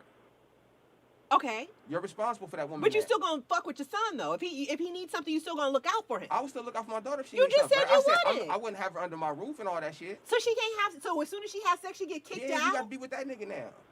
You got to be with this him. nigga was raised Only by virgin an pussy in my absentee house, dad who was on the road his whole life from Thursday to fucking Monday night, and he did all kind of fuck shit. And now he gonna say that. Come on. I gotta okay. That's what it is. So. On the transition. So I don't know if anybody... Right, this nigga's out of pocket. No, that's real life. Out of pocket. I might not want to meet your Hebrew Israelite friend if he coming with that nonsense. You already know. Nigga. Right. We might not be compatible. Get that cooch up, you belong to him. Well, I got many owners. So I mean if that's our threshold. That's how I'm riding. You know what I mean? Let me go call back for some extra fun. I'm gonna tell you that from the time she get used to, nigga. That's fucked Look up. at here, little mama. That's fucked up. Why are men always trying to control women's bodies? I feel like the whole man's whole objective in life is to control a woman's body. So look, I had this conversation with my wife the other day, right? Same thing about kids. And I said, listen, this is how I'm looking at it. Same way, like if I had a trust fund, right? And I told my child, hey, when you turn 18, if you graduate high school, if you get straight A's, whatever I set up, right? And when you turn 18, I'm going to give you this trust fund. And if I explain to him throughout his life, hey, if you don't achieve all these things on this list, you do not get the trust fund. But you didn't achieve them. Hold on. We're not talking about me. My job is to make people better, okay? It's not to make niggas like me. It's to improve on a nigga like me, okay? So if I tell this young man, I say, hey, listen, young man. When Your dad made you better? Of course. So when I tell this young man, I say, hey, listen, hang on one second, caller. If I tell the young man, listen, when you turn 18, you can have this trust fund if you hit these goals, right? That's simple. That makes sense. Now, if he don't hit those goals, I cannot then just fold up and just give him the money. So her goal is just don't have sex. Colin, what's your name and where you calling from? This thing is just wowing over here. Yeah, Colin, what's your name and where you calling from? Chastity belt over this motherfucker. Hi. I just want to kind of... Okay. Touch on a few things. This is Seymour. What's up, Seymour? Nick, you know that the human brain is not fully developed until the age of 25, correct? I didn't know that. He didn't. Right. The frontal lobe, the part of the brain that controls understanding consequences and impulses and everything, that part of the brain is not fully developed until the age of 25. So we are really talking about an 18-year-old. They're grown. They can know they're not grown. And this is scientifically, physiologically, this is proven. So, you know, when you're 18, you got hormones and everything like that. You can't say, I think it's a hustle, oh, they're grown. No, they're not. Their brains are not fully developed. You can Google this right now online. Right, because all Nick is doing is setting. And then also, I wanted to say, I shared it in the chat room, Nick and Aaron. This gentleman, Funky.Neva is his name. This is commentary on the baby. I know K-Dot said a lot of black gays were not offended, but that's not true. I love Funky.Neva. It was very well thought out, and he made a comment, and I want to ask this to Nick. He says that gay black men, essentially, are tired of cis, hetero black men seeing no value in them. But when somebody like when George Floyd got shot, we all want to come together and march, and let's come together, we one people, but then we don't really have any value in gay black men.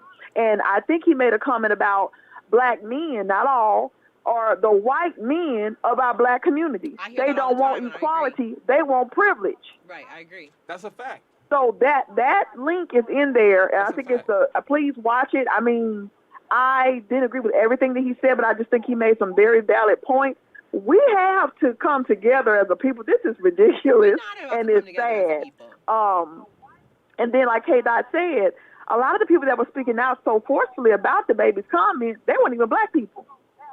They were white people. Madonna, Elton John, you know what I'm saying? Yeah. And they hit him in his pocket. Well, you know, and there was a lot of misinformation. And I think Funky Diva also kind of stated that he felt like the baby kind of outed himself because that sucking dick in the parking lot was a little bit too specific. So perhaps maybe he's had his dick sucked, and maybe he sucked a dick in the parking lot. Something about you know, because I know I ain't going to no. So yeah, but I put it in the chat, Nick, and tagged you on that. It's very good commentary, and I think we do need to have a conversation, maybe like a panel with maybe like Zoe Williams, because he actually said it on Fox Soul. They needed to do like a town hall on the intersectionality of oppression. But I think we have to have some cis hetero men on that panel too. That's how I feel. You can't just have gay men and black women. I think some straight brothers need to be on that panel and kind of speak and everything as well. And there's more gay black men than, because you know the term "I'm gay for the stay," right? So that's for men who go to prison, and men who go to prison and they're in prison for 5, 7, 8, 9 years. And as far as they are concerned, they're not homosexual men, but they was gay for the stay. You know what I mean? I'm gay for the stay. But then they come back out and they don't identify as gay men. So I feel like it's just very complex. I feel like sexuality, you should leave it to that person, because at the end of the day, what I do in my sexual life doesn't affect you, and you know nothing about it. So why do you have so much fucking opinion? Because let me say this though. That's fine and dandy. We can rock with that. We can rock with the fact that what you do in your sexual life is fine, right? But let me say this: I ain't got to accept it. Who is asking you for your acceptance? Aaron, slow down. I'm saying I don't have to like it. But I'm not asking you to. I'm not asking you to ask me to. What I'm saying, I'm just making a statement. The same way a gay person is saying, I got the right to be gay and this, I also have the right to feel how I want to feel. Correct. So if I don't want to be around a gay man, I ain't going to be around a gay nigga. Okay. I don't give a fuck what the world telling me. I don't like effeminate men. Period. Do I look at you like? Hold on.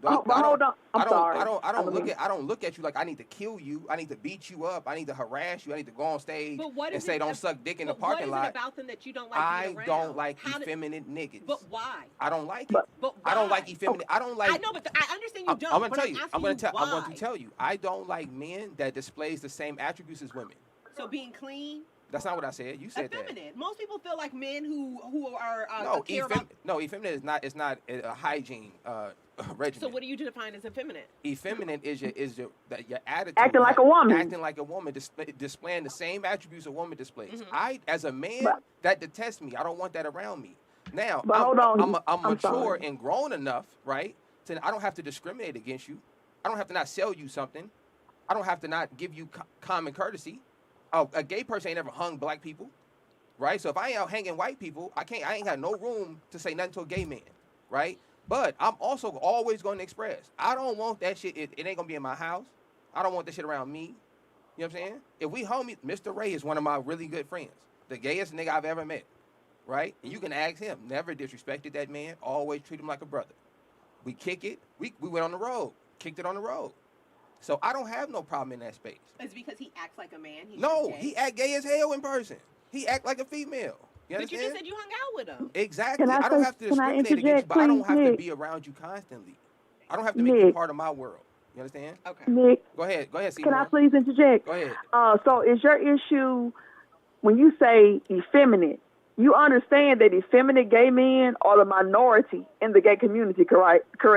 Right. Most gay men look and act just like you. So that's why. So are you saying that you don't mind the men that are considered trade? You just don't like the feminine acting men. Is that the problem? No. Because you actually could be around some men that are gay and you don't even know it. Right. So let me be clear. I have an issue with the whole gay agenda in general because I'm about what the word is about. I agree with what the Most High is saying. So I have an issue with it in that standpoint. But on a personal level, that's why I gave the example of Mr. Ray, right? I can hang out and kick it around Mr. Ray. I don't have a problem. I know he's gay. I know the energy he's going to give off, right? I can understand that. I can be mature enough to understand that. I don't have to bash him about it. But do I need to be around him? Because do I need to invite him to my house and we got a big kicking and all? No. It's just like basically- so I have what's- homeboys who are gang members, right? So basically, Hold on. So let me not discriminate. I got homeboys who are gang Okay. members, certified nigga LA street niggas, right? Right. Rolling 60s, nigga, all the way. I don't kick it with them Gay. niggas. You know why? Because Okay. I don't want They that. gay. Because I don't want that. No, that's funny. I don't want that energy. I don't want that. I hate niggas' energy around me. So if I see you in Yeah. passing, if I run into you, we can chop it up. We can get something to eat. But if we finna go kick it at the mall, nigga, no, because you want some nigga hating shit and I ain't about that. So basically, what Nick So I is trying treat to it all say the in so same. many words is he just doesn't want to incorporate other people's lifestyles that he doesn't agree with into 100%. his life. 100%. But he has no problem being a part of other people's cipher. You know what I mean? If you're able to withdraw yourself as you please. No, same way with me, right? Everybody don't have I to just agree said with. exactly what you But just no, said. people don't have to agree with my beliefs, right? Most But don't. most don't. You're 100% right. Most people do not agree with the way I live my life. But I do expect you to respect me as a person when you're around me. It's just that simple. And I don't think anything is wrong with that. What the baby said and did was wrong. Because gay people paid to get to that nigga's concert. So he should have said that shit before he went on stage and gave them an option not to go. Right. That's how I feel. So Right. he was wrong for that part. But I feel like, nigga, if that's your energy, you don't want that around you, you shouldn't say that at a concert where these people that came and paid their money. You can Right. do that at your house. If you Right. boost it, you can tell your kids that. Right. I don't want this gay shit on my TV. Every conversation. But you can't is go not to the for network and every- say, is every take this form. shit off the No, network. I agree. Every conversation is Yeah. not And for every form. I want to Fuck add that. one more thing too, if y'all don't mind. What is it? T.I. came out and had Oh, this words nigga's an and kind idiot. of was saying equality and this, that, and the other. Nick, can Fuck you help that. me with this? A lot of brothers will say, I don't like that gay shit. I don't like the homosexual shit. Right. But are we all aware that T.I. and his wife, Tiny Ass, is bisexual at a minimum?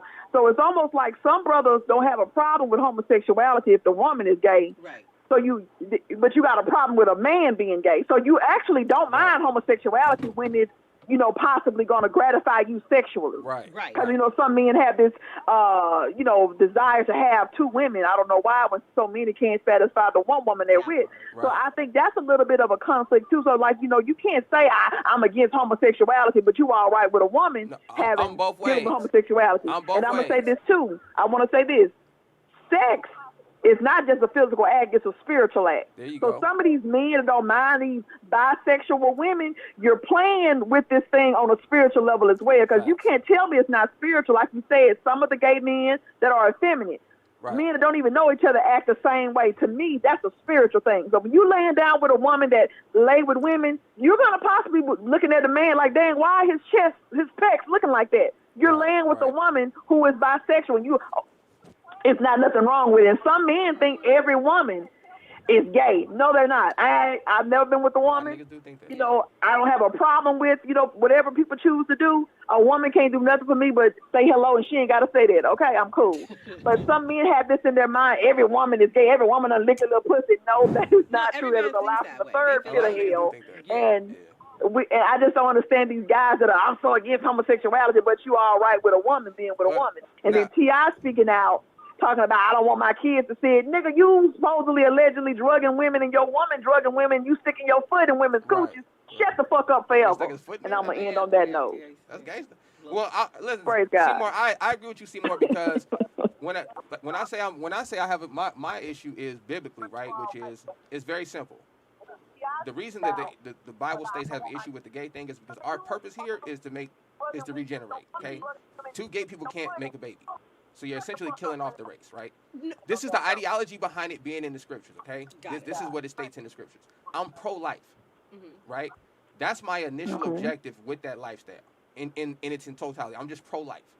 So that applies to, same thing applies to drug dealers, same thing applies to gang members, same thing I could apply to the gay community. I'm just pro-black life. So anything that's prohibiting a black life from existing, I'm probably not on that team. Okay, so with you saying pro-life, right? So there's Thank you, Seymour. Thank you, Seymour. So you Shout have out a to child Seymour. that was born and put up for adoption. Right. And a gay couple wants to adopt the child. Right. It's a two-parent household. Right. Are you against that? You're pro-life. What do you mean, am I against what? Are you against the adoption of children by homosexual couples? Let's check off what you like. No, right. You said two-parent household. Correct. You are pro-life. Right. You are all about the forward movement of black people. Mhm. So if you have a couple, you know what I mean, and they decide that they want to, it's a black couple, and they decide they want to adopt a child, do you have any reservation about that? Right. Because they've hit all the marks that you're looking for. Well, those are not my marks, but look, if we can have a gay couple call in, I don't know the dynamics of a gay household, right? So I know I don't want to say a normal, but in a Heterosexual. traditional heterosexual household, I'm saying normal. Fuck that. In a normal household, right? The child is observing how to behave. Mm-hmm. You understand? So we can say that two gay parents can teach their children whatever, right? You can tell your child whatever you want to tell them. But the fact of the matter is that we learn from observation, right? Mm-hmm. So I would just wonder if it's a black kid going into the situation, what are you teaching this black? Because the point of me having a wife, right, and me having a family is to teach my children how to do this. But right? That's isn't the lesson that's being taught Mhm. more important than the person that's teaching? That's why I said. That's what I said. From what I've experienced in my personal life, you learn more by observation versus someone telling you words, Right. right? Because if you black, you grew up in do as I say and not as I do, and we all did what our parents did, and we didn't listen to what the fuck they said. We gonna see what you do, nigga, and that's what we doing. You understand? Mm-hmm. So that's a reality. So that's what I would just question is, knowing that this child is going to observe this, right? Mm-hmm. What are you teaching the child? Knowing that this is we have to acknowledge that we're going to learn from observation. Okay, so what are they going to learn now on the flip side? Right. So if we have a gay couple call in, I don't know. They're in foster care and they're bouncing from home to home to home, and Right. they have no stability, and all of their clothes and items and belongings are in trash bags, Right. and people are only fucking with them so they could get that check. Right. Right. And so where do you go with that? I've experienced that firsthand. A large part of my family was my mom raised them because they were put in foster homes. So I actually seen that firsthand and seen how they interact with people and how they go. So that's very damaging. You know what I'm saying? So I understand your perspective on that side. That's what I'm saying. I don't know a gay couple, honestly. Like, I don't know any gay couples. Like, that's together living in a household. I don't know.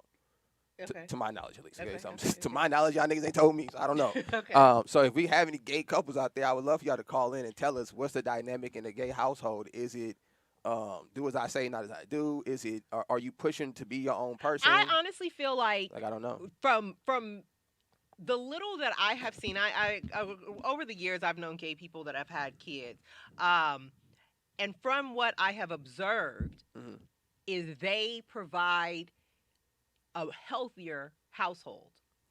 No, they provide a mentally, emotionally, verbally healthier household than a traditional couple would, because they're very cognizant of mental health. They're very cognizant of emotions. They're very cognizant of how the world receives you. So they're very cognizant of making sure that you are built up and you have so much self-esteem that somebody can't knock you down. So I feel like from what I've seen, those are just words, though, Aaron.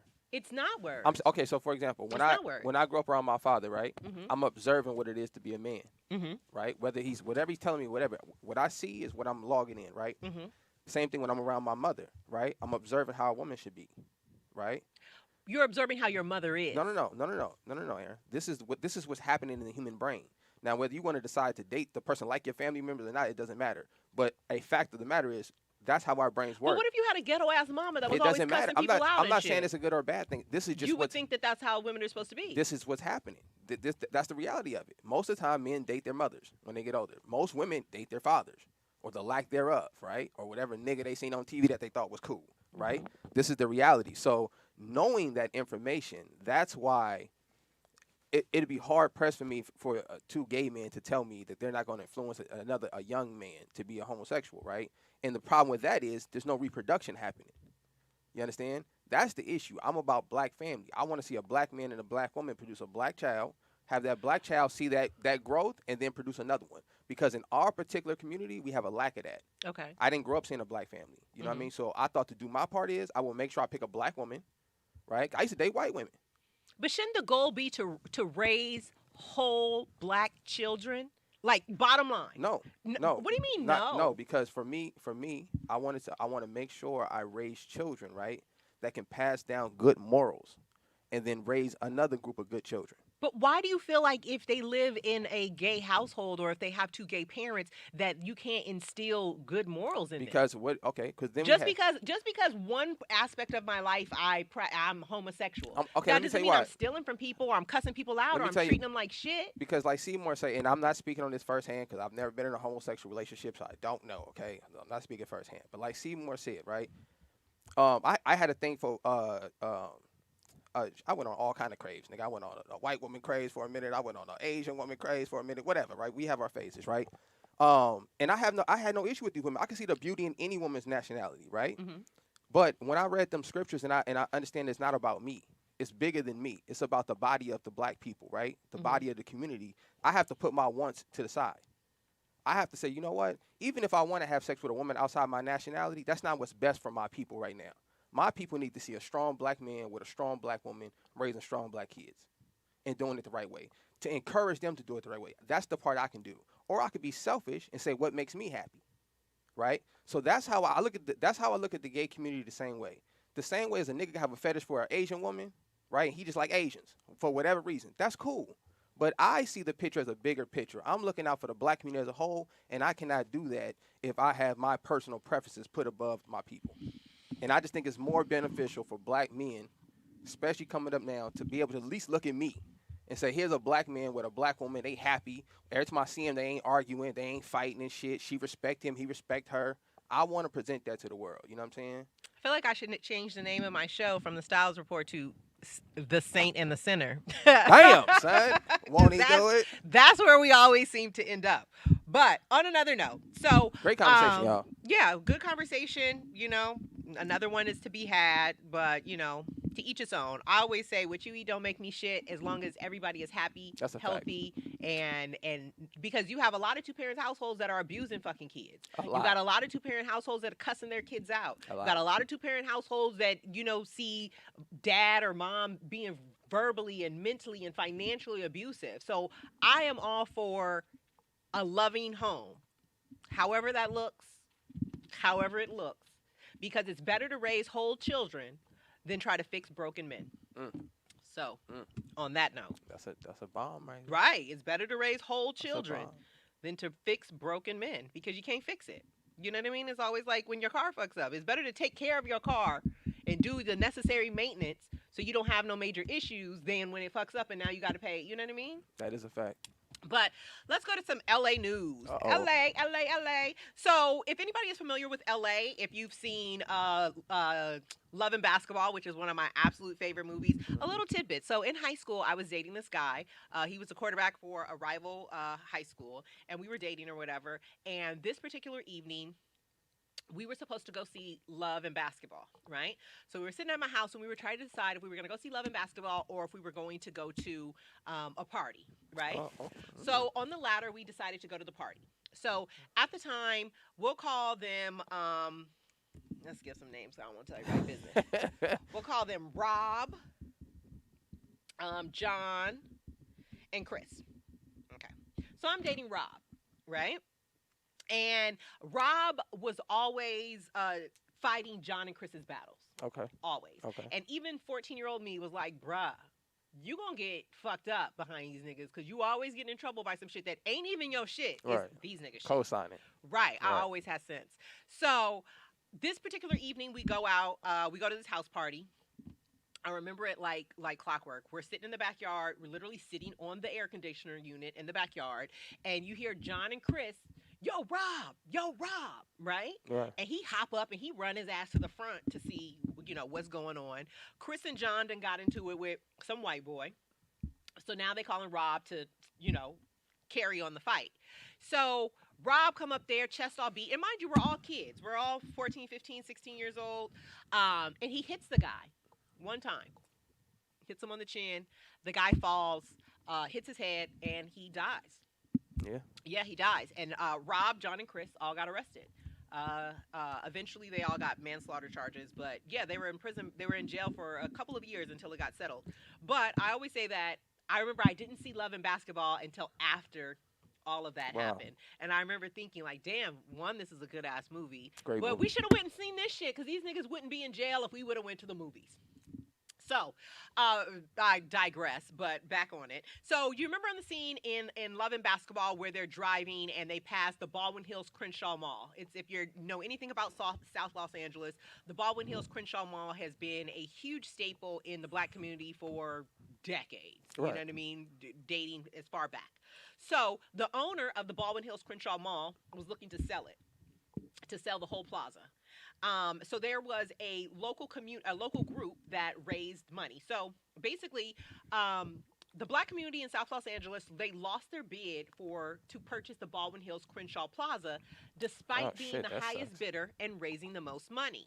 So this group of black professionals and be people who just care about the black community, who live in that community, they all came together and they were fundraising and they were getting angel investments and whatnot, and they raised $115 million to buy the Crenshaw Plaza because Nice. they wanted to stop the gentrification that they say is about to happen. Because if you know anything about LA, uh, what was historically an African American community are now starting to become mixed. Most people are starting to move further south because rent and cost of living is just outrageous in their communities now. And if you know anything, they actually have the best views in South Los Angeles. Side note, I went to Blue's funeral, and I had never been to was that the Inglewood Mhm. Cemetery? Do you know the views from that mother? I was sitting up there like, yo, this is prime real estate. Like Mhm. I don't want to mean to be insensitive, but like these people are already dead. Like we can't do nothing else with them. Do you guys not see this view? Do you not see what it looks like up here? It's a gorgeous cemetery. But nonetheless, so this group raised $115 million. They did a bid for the Baldwin Hills Crenshaw Plaza. They were the highest bid. They raised the highest money. Still didn't give it to them. Yeah, of course not. Ended up giving it to a East Indian. non-black and non-local developers. East So Indian. not only are they non-black, they're also people who aren't even from California, know the history of California, to come in and gentrify the Baldwin Hills Crenshaw Plaza. So that's a lot that's going on right now in South Los Angeles because people are feeling like this is gentrification in motion. You know, everybody says you gotta. Here are the rules. These are the rules of the game, and what always happens when black people abide by the rules, they play by the rules. These are the rules of the game. They move the goalpost. So I don't understand how you have because it's like if you're selling any home, and you always go with the highest bidder. So I don't understand how this group of black investors raised the highest You money, don't always. bid the highest money, but yet they still gave it to a Um, different organization. I'll tell you why, and this is something that black people need to practice. I had this conversation last night. The good book says, "Gather yourselves together, O nation not desired, and get in the land of your captives," which is currently where we are. What that means is we need to come together. So a lot of these other nations, like when you go into selling a mall Hold to on 1 second. Keep talking. yeah, when you go to sell a mall to somebody, and that's prime real estate, it's not just about the money, because the location matters. All of that stuff can play a part when it comes to politics or when it comes to the neighborhoods around that shit. So I think a lot of other nations understand that, and they put that shit into practice more so than black people do. And a lot of times we're looking for the quick fix or the quick payout instead of looking at it saying, you know what, like, I don't understand this. I don't understand how Tyler Perry has his own network essentially, right? And he hasn't put on more different shows that's not directed and done by him. But why would you? So, I have my own network. right. So for example, like this is something that I've witnessed personally in the black community when it comes in the Hollywood thing, and maybe for whatever reason. But I feel like a lot of black people, when they get to these positions, they start policing other black people to stay out of the yard. You know what I'm saying? Instead of, like these people are doing, gentrifying the neighborhood and understanding, yeah, I can own this store, right? And be the nigga over here, right? Or I could turn this whole block into successful black people. I feel like your argument is flawed. And the reason Should I it? say that is because Tyler Perry, as we know, he built that studio Mhm. in South Los Angeles, right? Correct. Which was on the land of a former Confederate base. Right. So he might be in the writer's room without any other help, and he might be writing the scripts himself. But you also have to think of how many black people he has broken the gate for that have just allowed to work on a studio set, to be directors, to be on set, to be in the And South. So yes, he might I got write that. his own shows, Right. but that doesn't negate the thousands of jobs and opportunities that he's created Right, for but the community around there. We're talking about two different things, No, right? we're not. No. The reason we're talking about two different things is he's feeding people fish, right? Which is a great thing, right? You were able to buy a fishing boat. You open up your own fishing market. Now you can feed the people. You can hire people to work at the fishing market. That's great. But how much more beneficial it is for your community if you showed them how to build a fishing boat and then go out there and establish their own. So, for example, why not have like I would look for, and this is no knock on Tyler Perry. I'm looking for more from Tyler Perry, right? Mm-hmm. Instead of having Tyler Perry and having all these shows that are Tyler Perry shows, I would want to see Tyler Perry have like a UPN network. You know what I'm saying? And have an entire network where you employ other people and put them in a position that Tyler Perry's in now. Okay. And say, you know what? Now that I've got this studio and I'm in a position to do this, let me build this shit like a CNN. You know what I'm saying? Or like a Fox 11. Mm-hmm. And now we got the news on the Tyler Perry network. Now we got the music channel on the Tyler Perry. You know what I'm saying? That's what I'm saying. Like I see a lot of it happen the way Tyler Perry works which is I'm going to fucking use all my talent, maximize that shit until it run out, but then it's over. You know what I'm saying? Then it's Motown. How come all black artists are not signed to Motown? Why we don't own at least Motown? You know what I'm saying? Outright. Because Berry Gordy sold it. That's my point. So when you look at the black community, often we get caught in these cycles of just cashing out, going for the quick buck. But why is it? But I also feel like, why are black people penalized for cashing out when the whole point of starting a business is to cash out? That's not true. Not when you look at other people, because other cultures don't cash out. They build their business up. They build their communities up. Because now we're in a position where we're complaining about gentrification, right? Mm-hmm. But how many rappers from Los Angeles? How many basketball players from Los Angeles? But what difference does it make? How do you know that those rappers and those basketball players didn't contribute to this fund to buy Baldwin Hills Crenshaw and they still didn't get it? Right, but what I'm saying is, that's fine. That's one scenario. But in the time that black people been getting money, being celebrities, and we've had knowledge of the gentrification thing, we've done nothing but complain about it. Well, no, because what you guys do is you move to Calabasas. That's what I'm saying. So yeah, if you can't move out the hood and then say, oh, but they raising, y'all could have did the same thing. You could have bought that house that was run down, the one next to it, right? You could have bought both of them bitches for $250,000. Built the mansion right there. Built your mama one across the street and built your homeboy. You know what that's gonna do? Increase the value in the neighborhood. Right. But then you could have built the liquor store up. You also have to understand, we can't judge the past by today's times, because you're talking about like all of these celebrities from the 80s, 90s, no, early 2000s. I'm talking up until now. Right. But the streets was hot. Baldwin Hills Crenshaw was not the place to be in the fucking 90s. But why? Because it was all the gang violence. But why? You know why? I get it. But there's because I grew up in that world. You know why? Why? Because they don't have nothing. That's why. When somebody does have something, because they don't have nothing. Listen, man. So I want to be the first one to get my shit took. But that's the thing. I can't. That's the problem with black people, though. I cannot go buy $100,000 car. You understand? Pull up to my nigga's apartment. You understand? I can't do, as a man, I can't do that. If my nigga I can't pull up in no 100,000. I'm robbing that nigga, man. My niggas know. Caller, what's your name and where you calling from? That's how me and my niggas ride.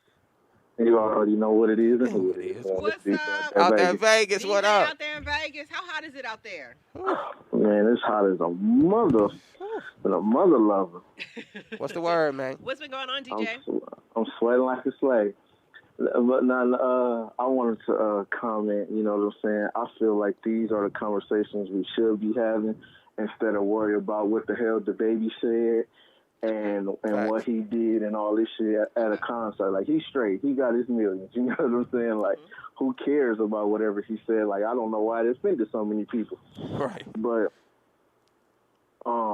and this is a prime example why I have these debates with people about, like, investing in real estate and stuff like that. Because everybody thinks that real estate is the answer. It's the golden ticket to everything. You know what I'm saying? And nobody is on a Forbes list because they bought a house. You know what I'm saying? Right. And this is prime. This is like the first step of, like, racism. Like, it's so easy to commit racism in real estate. Like, you can get denied so easy. Like, my mama's trying to buy a house in Vegas right now.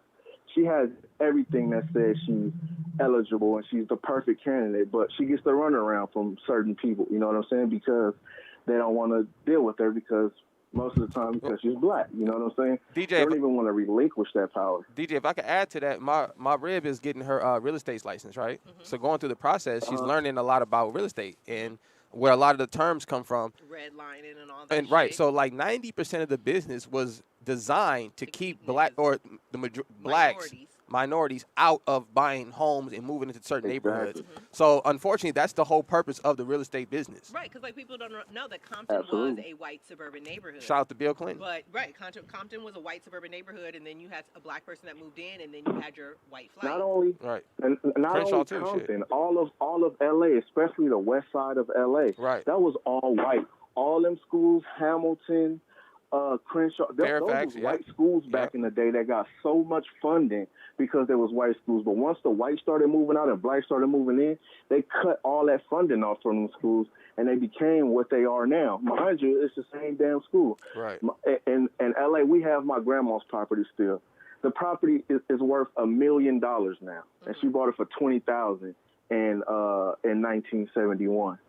That's amazing. So when she moved in there, when they bought it's 2 houses on one property. When she moved in there was white people living in that house. There was white people on that whole street until blacks started, migrating, to the west side of LA. And that's why a smart man told me in business, there's nothing wrong with having a white face to represent you sometimes. Sometimes you need that. You might need because you always don't want to go in there showing, who you are. Leave a little, put somebody in the middle of that, and they think they selling it to the white man. He just representing you. You know what I'm saying? That's what a lawyer does, a real estate agent does, and stuff like that. So, and that's just the roundabouts we have to go through sometimes. But it's so fucked up and it's so disheartening, especially seeing our people just get removed from LA like that. Like, these folks didn't want to live in LA years ago. You know what I'm saying? Like, they left that. And it's like they coming through and they taking it all down, especially since it's prime real estate. Houses are going for $500 a square foot in LA right now. That means a 800 square foot house will get you over $500,000. Like, that's crazy. That's crazy to me. Especially but yeah, like I said, we need to have these conversations more. And like you said, that place, that's a perfect example. You just said that black people came together and tried to buy that mall. Raised the most money and had the highest bid. So it wasn't like they came short step. You know what I mean? Like, why they didn't look out? No, they came with the most capital. I would do this, but I would do the same thing, nigga. If I was in that position, and a group of white people came to me and was like, "Oh yeah, I want to buy this mall," no, nigga, I'm selling it to these niggas over here. I'm not selling it to y'all. And you know what? That happens a lot. That's too. what I would do the same thing. I heard of situations to where black people they denied to sell their houses to white people. Yeah, no. So it can go both ways. We just have to learn these games and learn, the industry, because we already been coming together. I feel like in these last 10 years, as a people, we've been coming together little by little. You know what I'm saying? So if we just keep that, but if we get a little more strategic with it, man, we accomplish a whole lot more. Yeah, we just got to see the bigger picture. But how more strategic do you have to be to collectively raise $115 million to buy a shopping center and you're still denied? What more? How much more fucking strategy? You can go buy some land and build your own shopping center. Yeah, you could do that, but that's a little bit. It's gonna have to, but like, DJ, this is the thing I feel like with black people. I had this conversation the other day about things being easy, and I feel like that's such a sucker ass shit. Not saying you saying that, but I feel like that's a sucker way to think about life, and I feel like for black people, we got to start looking at things and taking it the hard way. We might have to just build the goddamn mall from the ground up. But it's gonna cost way more than So what? So what? So what it cost? So what? We got to pay double. It don't matter. Pay the shit. This is what I'm saying. So our grandkids could be good.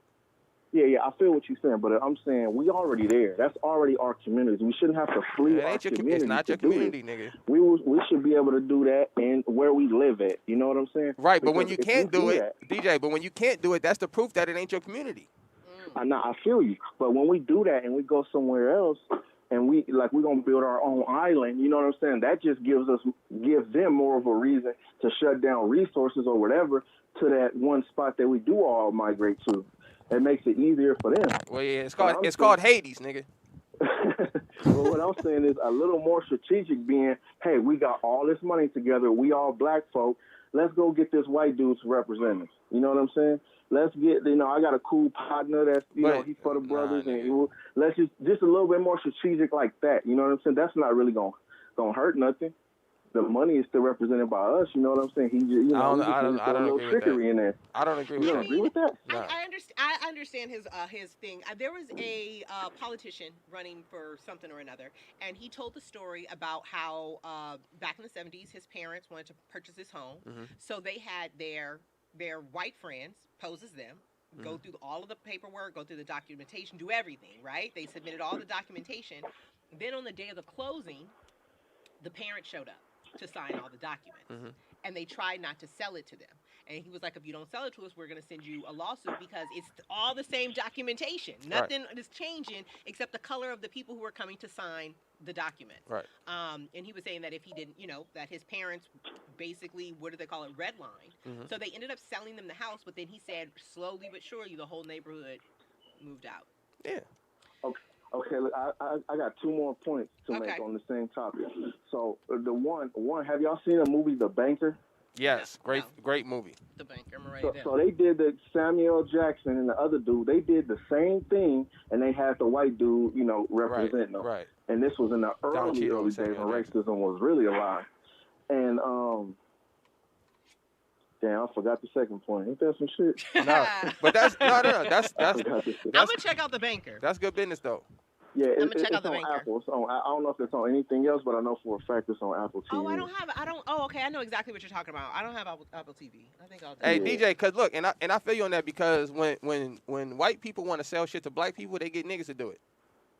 Exactly. They don't do it. Oh, they want to sell chicken, nigga. They gonna put a little spinning chicken on the helmet. Has anybody tried the Wingstop thighs? Hey, this is the other thing. Did y'all hear about when D.L. Hughley, how he explained his real estate situation? No. What happened? So him and his wife had a house in Calabasas, right? This is before black people was really living in Calabasas like that. So they put the house up to get sold, right? An appraiser comes out. He appraises the house. First of all, the real estate agent told him to take their pictures down. And DL said, what the fuck? I'm not taking my pictures down. Like, get the hell out of here. So the appraiser comes and appraises the house. They appraised it so low that they thought something was going on. Like, they thought it was like some type of fraud thing. The banks thought it was some fraud because the appraiser appraised it so low. Right. They doubled back. They took all the pictures down, and I think had some white person there or something like that. They appraised the house for almost double the value. That happens all the time. That they didn't believe that, you know, just because they knew it, they thought it wasn't a black person. That's what happened with this black family a while ago. I was reading it. Same exact thing. They ended up suing the appraisal company because I think they had the same appraisal. Just to make a point, they had the same appraisal company come. They had them when they had all of their, you know, we as black shit around the house. And then it came super low. So they took it down and called the same appraisal company, and they came out and like tripled the value. So they ended up suing them for racial discrimination. I don't think that's racial discrimination. How is that not racial discrimination? I you think felt like black people live here, so it's worth less. Right, because I would assume that the assumption is maybe that, you know, they didn't probably take care of the house the way that. But if it's I'm not saying that's right. I'm just saying culturally, like for example, if I moved into a neighborhood and say I don't know, a family was moving out of the house and they had 10 kids in the house, I'll be a little worried about the house. Even if I couldn't see the damage, I'd be like, dang, y'all had 10 kids in this motherfucker? Like, you know what I'm saying? So I just think culturally, I can understand that. I mean, racially, you shouldn't do it. Caller, what's your name? Where are you calling from? But shit, I mean, hey. Hi, this is Seymour calling back again to contribute to this discussion. What up, Seymour? Nick, I hate when some of us, not all, we talk about what black people aren't doing. Like, we ain't doing nothing. We ain't doing nothing. When we know historically, Black Wall Street, Rosewood, Florida, Wilmington, North Carolina. There are people that are alive that still remember how these places that were thriving black communities where we own banks, we own airplanes, we don't own shit now but Jordans and Gucci, really okay? Our grandparents made less money than we're making now, but they own more land. But we grow up, we get our little education. Fuck grandma's house in the hood. I don't want to live in the hood. You know what I'm saying? So we dropped the ball on some things. But I do want to say, you know, this real estate thing, it is a whole lot of racism in real estate. And I wish McVay would call back in on this. I know I think he does something with the bank. But there was a mixed race family that got their home appraised for $330,000, way below the local average. For a second appraisal, they removed all the black family photos and cultural items they had, only the white dad in the home. and the home was appraised for $465,000. Black-owned homes are devalued about 23% on average, and they've been doing this for years. Yeah. Doing it for years, driving down the value in our community. It's nothing new with white people. I don't know what to say. Yes, appraising our stuff super low, but then they're like the more affluent white neighborhoods, they would do, it was something to do with to make their taxes lower. This has been going on for years. Oh, yeah, for sure. To run down our neighborhoods. And so people are also talking about, I don't agree with defunding the police, and what does that look like to defund the police? And I think it was AOC who had a great response to someone who asked that question. She said, go to a white neighborhood. And a neighborhood with a defunded police would look like most white neighborhoods. They have resources and pools in their neighborhoods. A lot of our black kids can't even fucking swim because we don't have access. Some white kids go to school, they got a swim team. Our local schools don't even have swim teams. Right. You know what I'm saying? So, and then like, I hate when people talk about don't vote. When politics rule everything. If you own property, if you're trying to own a business, your ass better get out there and vote and have a say-so on some of these fucking laws that are impacting your life anyway. Yeah, I agree. So it's like we cut off our nose to spite our face. I understand like that presidential shit, yeah, that is some fuck shit. But your local stuff, these tax, these laws they're writing for your businesses and everything, you want to be an entrepreneur, these things, zoning, this shit affects you. Right. You better get out there and find out what the fuck is going on. I agree, but because I think that's you're impacted the problem. by it anyway. I think that's the problem is that they condition us to believe that the national election is the most important election and all hands on deck every 4 years. Really your local, when really it's your every 24-month local election is really your you know what I mean? But I feel like they need to find another way for reach out because like even here in LA they just had some local elections and they keep sending them fucking flyers to my house and it's like, bro, somebody need to tell them y'all wasting y'all marketing dollars. Ain't nobody reading this shit. I'm rolling it right on up and throwing it in the trash. But this stuff is impacting you. If you want certain things in your neighborhood and your community and stuff like that, we keep talking about what folks ain't doing. We keep looking at, why are these celebrities?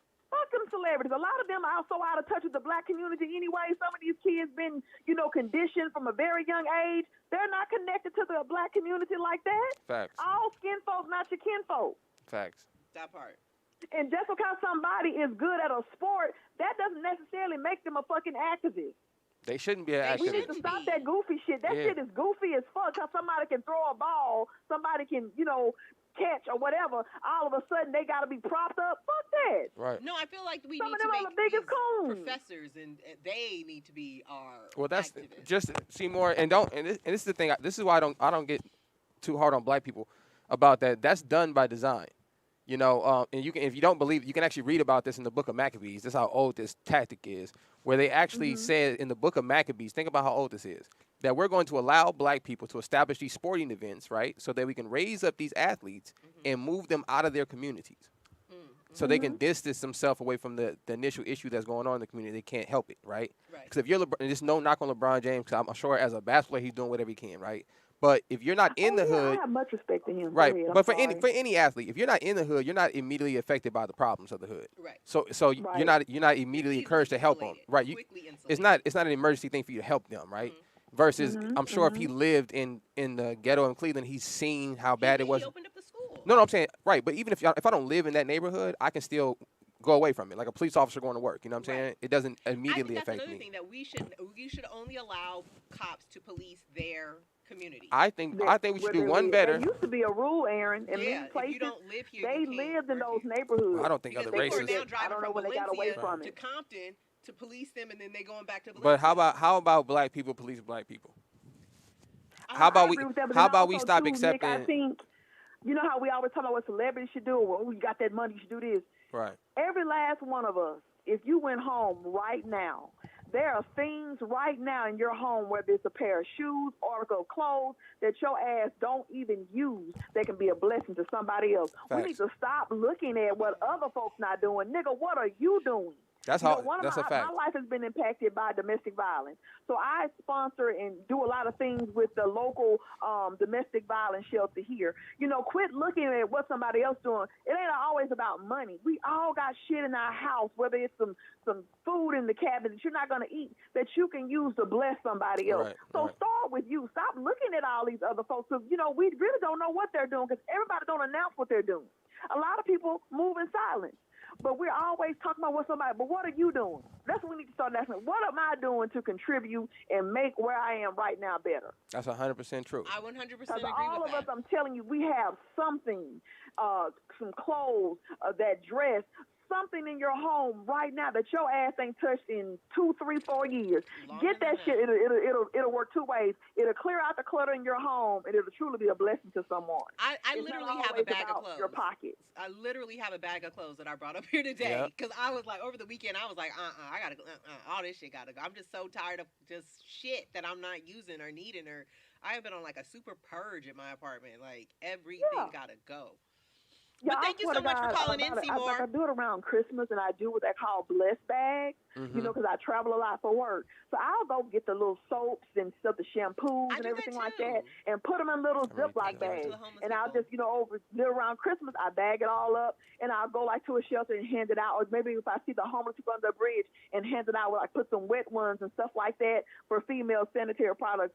There's just little small things. It's not a whole lot on a hot day. Maybe freeze a case of water and go out and give those people some bottles of water. Yeah, it's not going to get them off the street, but just do something to help someone. And quit looking at these niggas ain't doing that, man. If I had $2 million, quit waiting on you to get $2 million because your ass probably not going to get it. There are things in your home right now. Old pots, somebody who maybe just got out on their way to get into their first apartment somewhere, these shelters, they could use some pots.